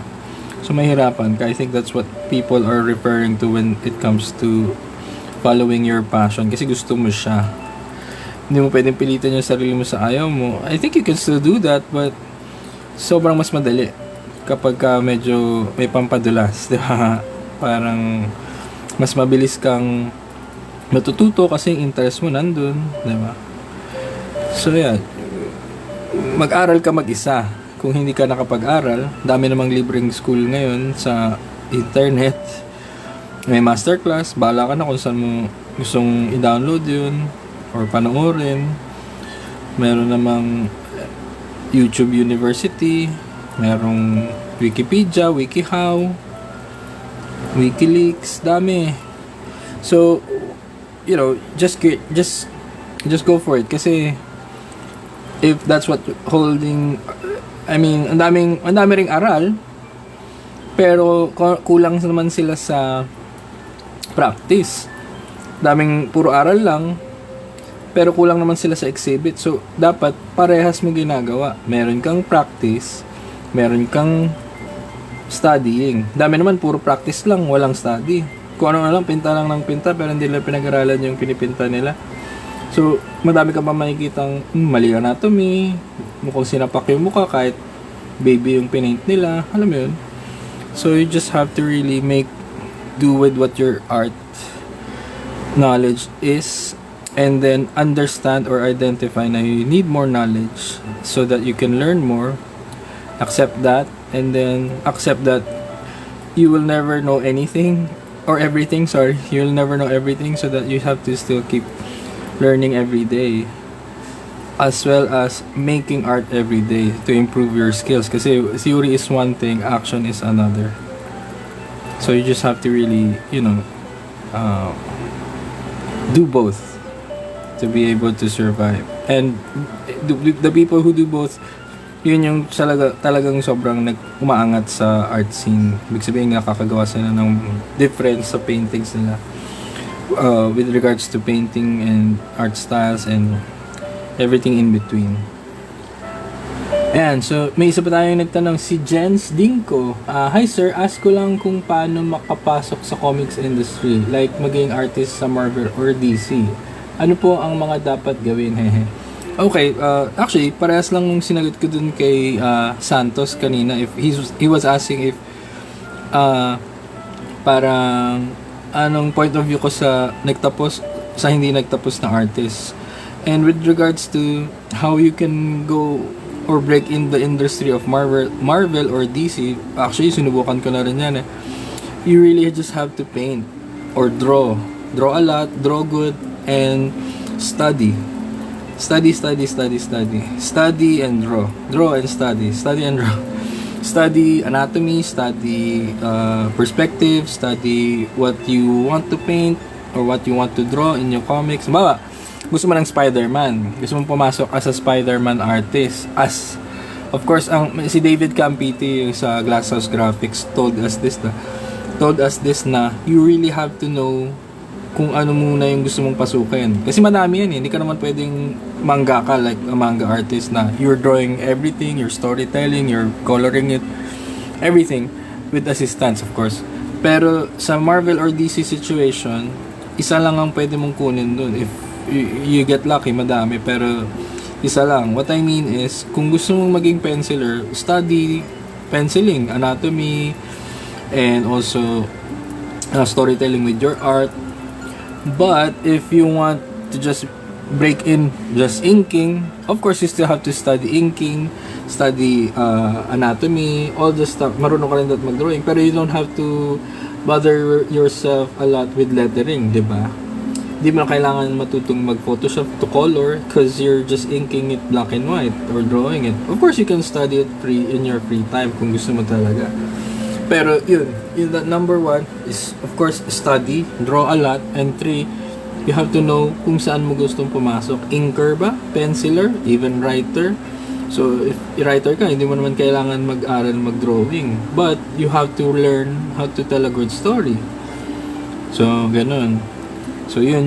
And next is yun nga, kung gusto mong pumasok sa Spider-Man as their penciler, edi mag-aral ka na ng perspective, mag-aral ka ng different angles, mag-picture ka na ng mga photo reference na matataas na building, use a drone to do that, copy a reference sa Facebook or sa Google Images ng mga tall buildings, dynamic poses, what would Spider-Man look like if he's jumping or crawling on the wall, what can you add to that?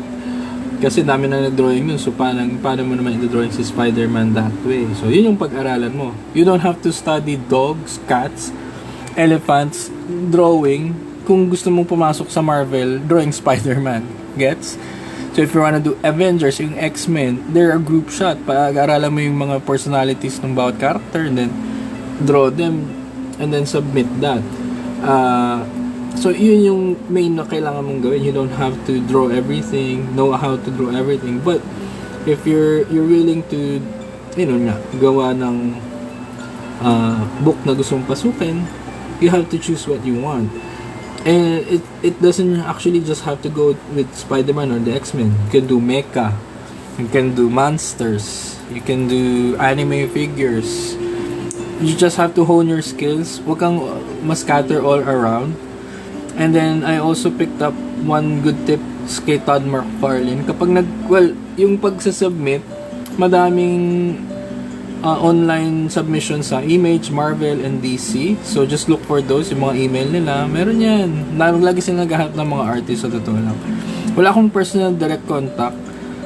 And may mga kilala kong artist sa Marvel na friends ko sa Facebook. Pero I don't want to bother them with that. I would go to the direct line sa Marvel na kasi syempre busy rin yung mga kakilala ko na so the best thing you can do is submit at your best pieces. Huwag kang magsasubmit ng 1,000 picture na libro na they can see your bad art as well. Pag nag-submit ka ng portfolio sa Marvel, DC or whatever, sabi nito si Todd McFarlane na nagsabi ito kung meron kang 20 bad art, kung meron kang 20 artworks and 5 of them are the ones that are only good, yun lang ang isabit mo. Huwag mo na ipakita yung pangit mong drawing. Kasi what you're just doing is you just want to try to break in So pag nakita na nila yung good art mo, pumayag na silang maging artist ka nila or humingi pa sila ng art sa'yo, magbigay ka ulit ng 5 good artworks, new, kung kaya mo. So yeah, those are my tips also having to breaking into the industry.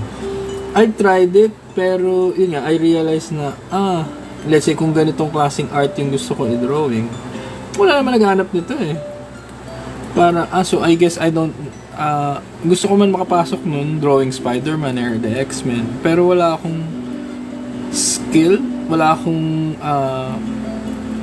time na to draw Spider-Man. I wanted to create my own comics, not really draw Spider-Man. So mali pala yung gusto ko. I wanted to create my own comics. So I thought, bakit pa ako papasok sa DC or Marvel? Sure, maganda yung maganda yung pay sa kanila, pero hindi yung talents ko, it's not suited for Marvel or DC. It's just suited for me creating comics, and I can do that on my own, releasing independent comics that time.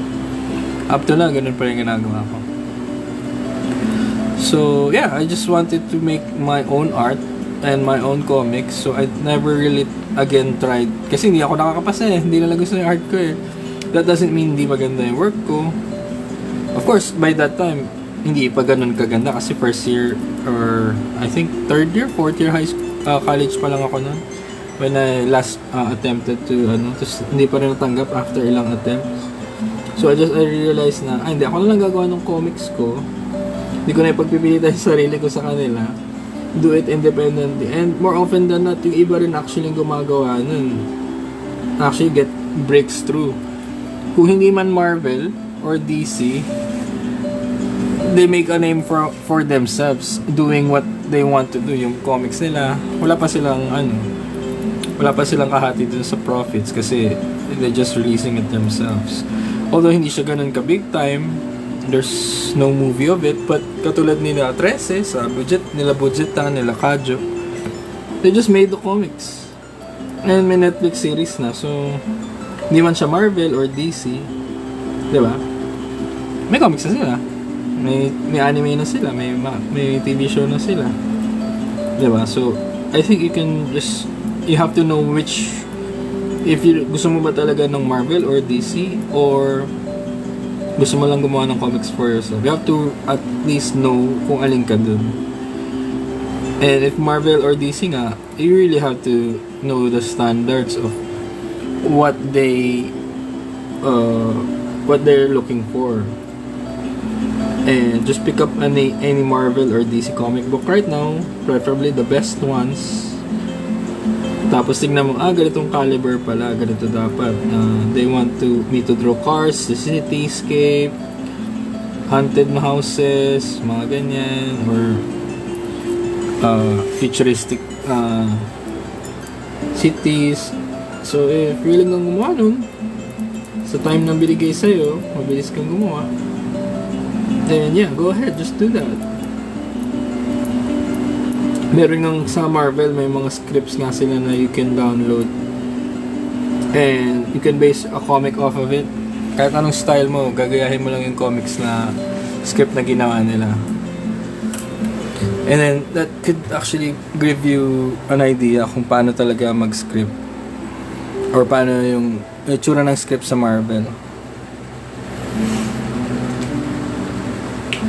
Okay, that was sobrang nakakapagod yun but may makikita pa akong konting I have to fix this one, so dugtungan ko lang to, and after this I'm gonna take a short break, bathroom break lang, then we're gonna start with the second layer.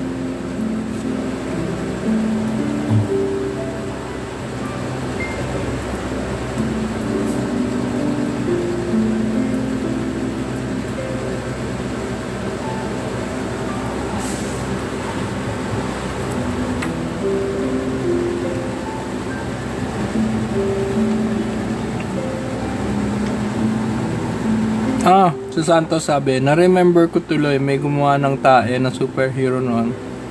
I think you're talking about Nardong tae. Nung nilabas yun, andun ako. Well, not necessary, pero nanalo siya sa comic book contest ng Culture Crush. Nandun ako nun.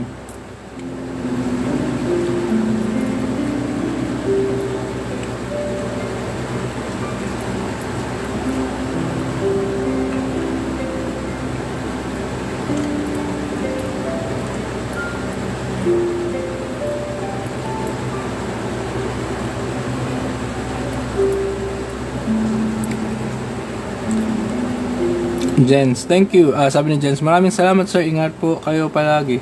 You're welcome. Try to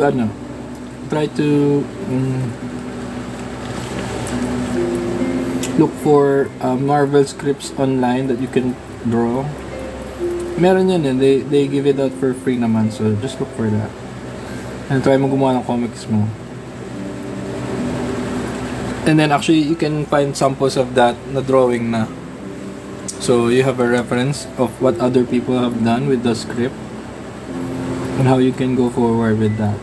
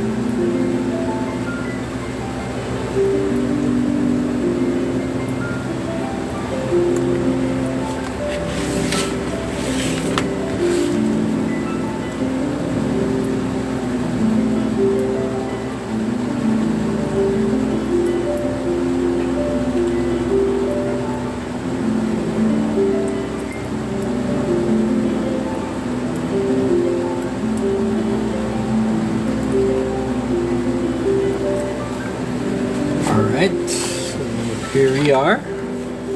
That's the first layer.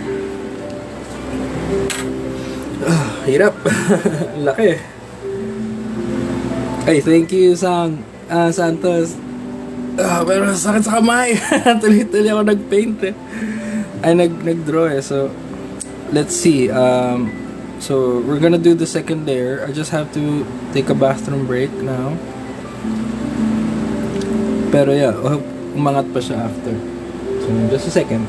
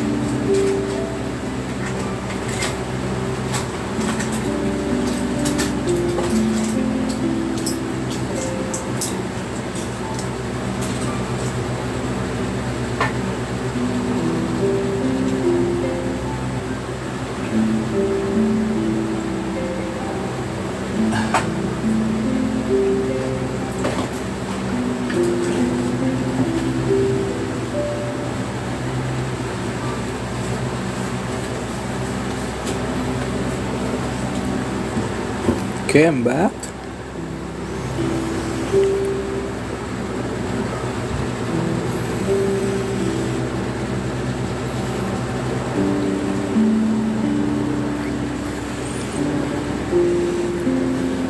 So it's 1 a.m. here in the Philippines. I hope you guys are still awake watching.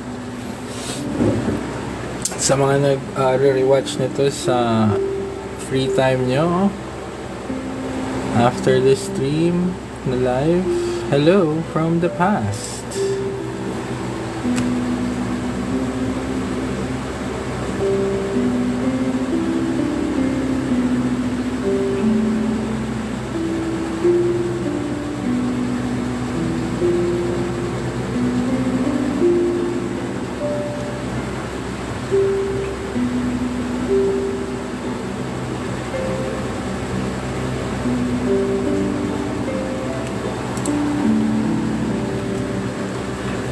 Santos says, iba din art form ni Banksy, sir.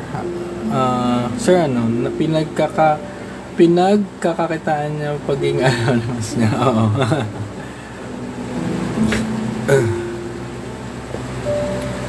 Yeah. Si Banksy, the idol yun. Panalo yung mga gawa niya. Sobrang simple lang ng art style niya, pero you can see na he puts a lot of effort in thinking about what he's gonna paint. Parang malapit na sa stick figures yung gawa niya eh. Diba? Kasi they're just like one dimension, di sila 3D. Well, some of these are sculptures, but what I mean is sobrang simple nung approach niya, one layer lang kadalasan, and then it's the concept that counts for him. Kasi sobrang ganda nung mga naisip niyang style or concepts regarding his style that you really don't think about masyado yung paano niya ginawa yun. It's just spray paint, right? But kung saan niya ginawa and paano niya ginawa or ano yung pinaint niya, saan lugar, it's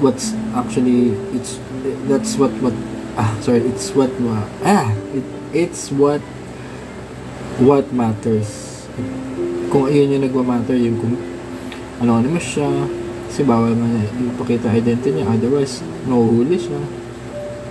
So yung mga ganong klaseng technique, it's concept based. So the higher for me, the higher the concept, na mas maganda yung art. Of course, you have to also consider kung maintindihan ba yun ng tao, kasi baka ikaw lang nakakaidea ng concept mo. That's not what I'm talking about. You also have to consider other people's intelligence, if they're able to get it. If not, kasi parang you can say na sobrang galing nung ginawa ko, konti lang nakaintindi. That's true, but a lot of people also can know with a minimal amount of intelligence kung maganda isang bagay, if diba, kayang marating yun ng art mo. Mas simpler pero malalim. Simple executions, malalim yung concept na nagigets ng karamihan. That's the best art you can do, if you can do it. Oy, Christian! Christian says, musta Marius? Okay naman, Christian, kamusta? Gaganda ng mga mo graffiti, street art mo sorry, hindi pala graffiti, street art, sorry. Makikita ako astig yung recent mo na ginawa, yung malaki na I don't know if it's that skate, nagsiskate ba siya or something, basta isang guy yata. Ang ganda nun laki nun tapos puro ano yun, aerosol paint yung ginamit mo. Wala, may brush ba yun or kayo, ano lang yan, Hilux. Sorry, hindi ko alam yung mga terms sa street art. Ay, salamat. Ay, sabi ni Christian, salamat. Ganda niyang ginagawa mo. Uy, thank you again. Ito yung mga trip ko ngayon Meron ako ng mga posters na pwede kong balatan ng mga artista. Bagong canvas. Modern day canvas. Poster.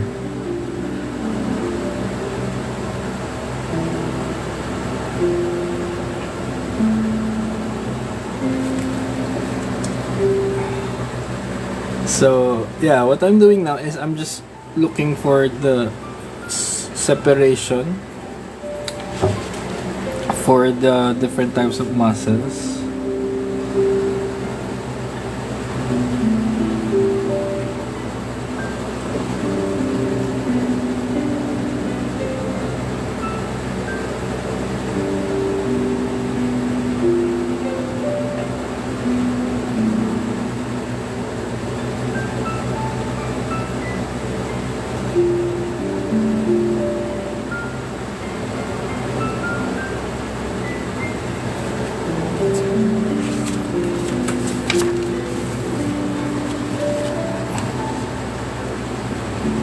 Kasi I'm going to do this later with another pen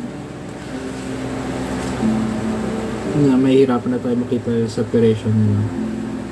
So this is just for me to identify the highlight points and the lower indentation points.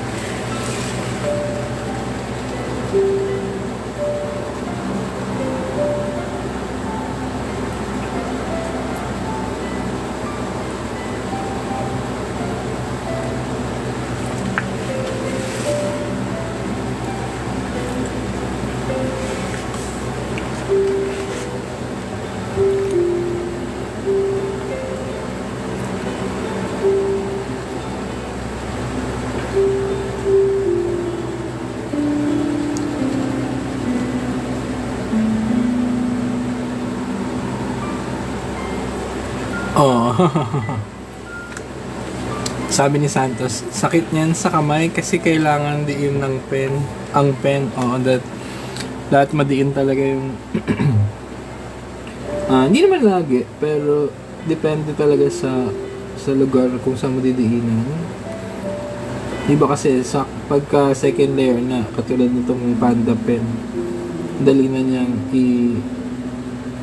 pakagatin dun sa paper kasi may nauna ng ink sa kanya. So basically we're drawing on the ink of the other. Pero yeah, minsan kailangan talaga maliin. Masad sa kamay pagka hindi lang ako tumitigil na tuloy-tuloy na.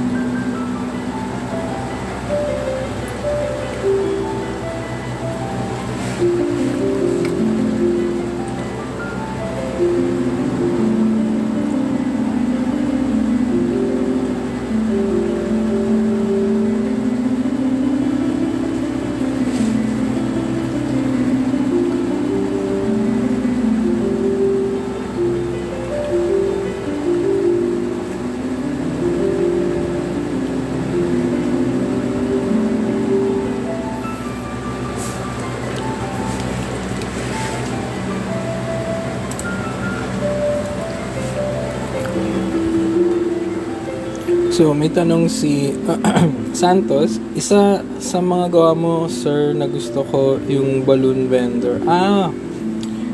Yung ano ba yan? Yung taong lobo. Yeah, may actually meron akong ilang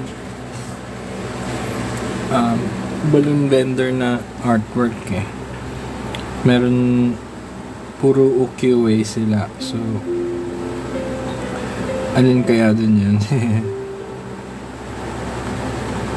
Kasi madami nagbibenta ng lobo sa Manila.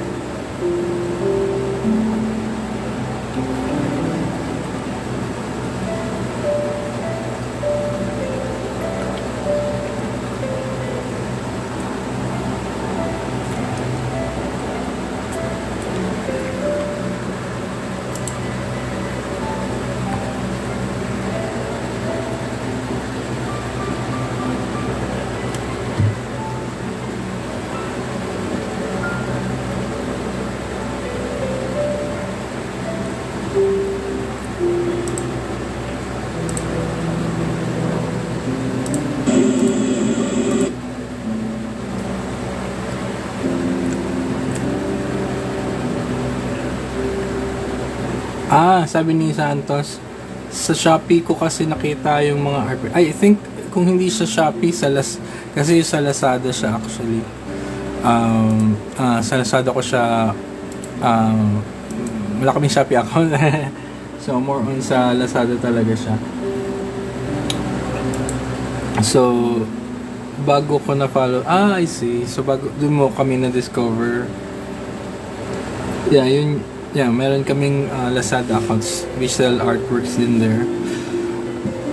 It's good thing na ang dami nga rin, nakakatuwa kasi ang dami nakakapag-follow. Baliktad, para akala ko, sa Lazada, diba?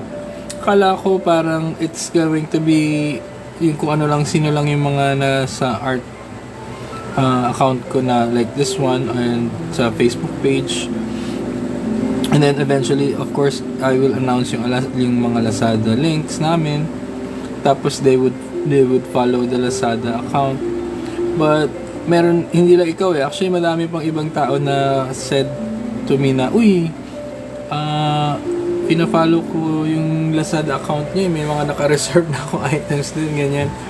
And then, yun nga, sila yung mga taong, marami palang tao na would go the other way, sa backdoor. Parang nauna yung shop bago yung which is nice kasi it goes to show na may commerce para talaga sa art. Kumbaga, nakakabenta talaga yung mga artists doon.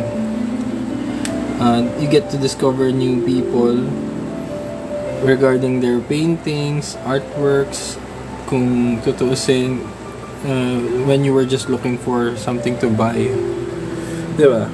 So it's really nice na alive and healthy tayo sa pagdating sa ganong klaseng aspect ng art and commerce. May mga na-encounter rin ako, pinalo ko kayo sa Lazada, tapos nalaman ko may page pala kayo, gano'n. Parang, putya, hindi ko alam na. yun ang mauuna eh. Parang never ko na-imagine na it would be like that. Pero yeah, kahit ako kasi nag-search ako sa Lazada ng mga stuff. Kahit wala nga akong account, I can search eh. So it's really great na people also do the same and then discover new people, artists and the like sa Lazada and sa Shopee.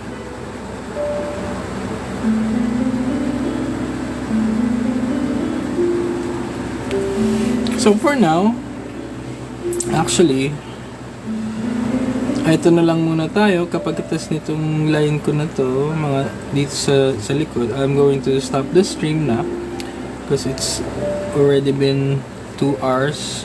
We can go 3 hours pero okay na siguro ito for now kasi parang iniisip ko yung next na step mas matagal yun eh. It's gonna be time consuming, so rather than go out in the middle of that layer sa third layer, I'll just finish off with the second layer para naman we can end not too abruptly, at least sa isang layer. Then tomorrow or later in the afternoon, I'll try to continue this stream, this painting in another stream. So let's see what we can do this Sunday afternoon or morning. Let's try it. Susubukan ko.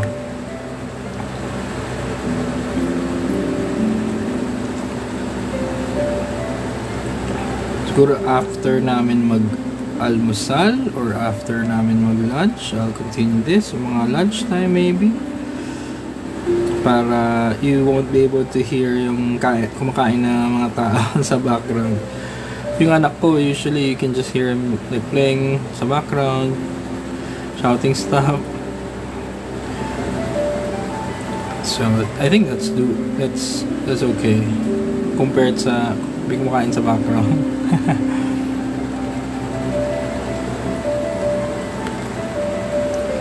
Sabi ni Santos, poster print yata scan ko that time. I see. Tapos ayun, lumabas mga gawa mo. Poster print. Ooh, okay. Actually, ako din naghanap ako mga poster print kasi I'm looking for stuff like this. Yung ito nga, posters. May nabili nga ako kanina actually. You'll see that on the next stream na iba naman yung ginagawa ko. Very, very soon, and I think a lot of people will like that one. So I'll really time it. So poster prints pala.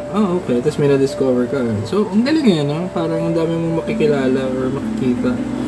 Just looking for stuff sa internet. Actually, ang dami ko na nakilala. Just looking for toys, looking for chili sauce sa internet. So it's really vast and filled to the brim with people of a lot of people with the same interests and taste as you are. And also discovering people like you didn't intend to or didn't know that you'd like to learn about pero you discover na lang, you stumble upon them.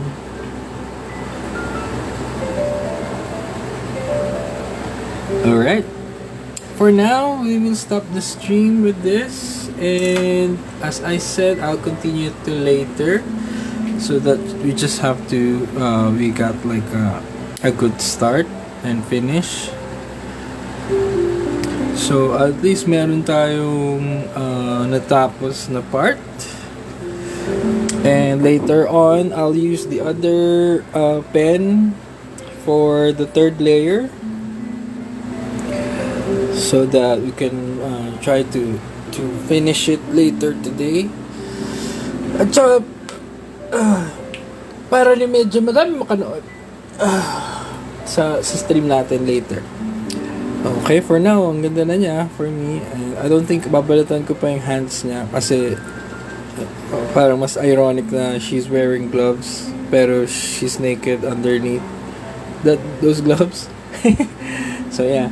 So, thank you everyone for watching. Oy, may sabi pala si Santos says, collect din ako ng mga toys, pero more ako sa teen toys. Teen toys, mga delata na, I mean, do you mean like robots? Ganun?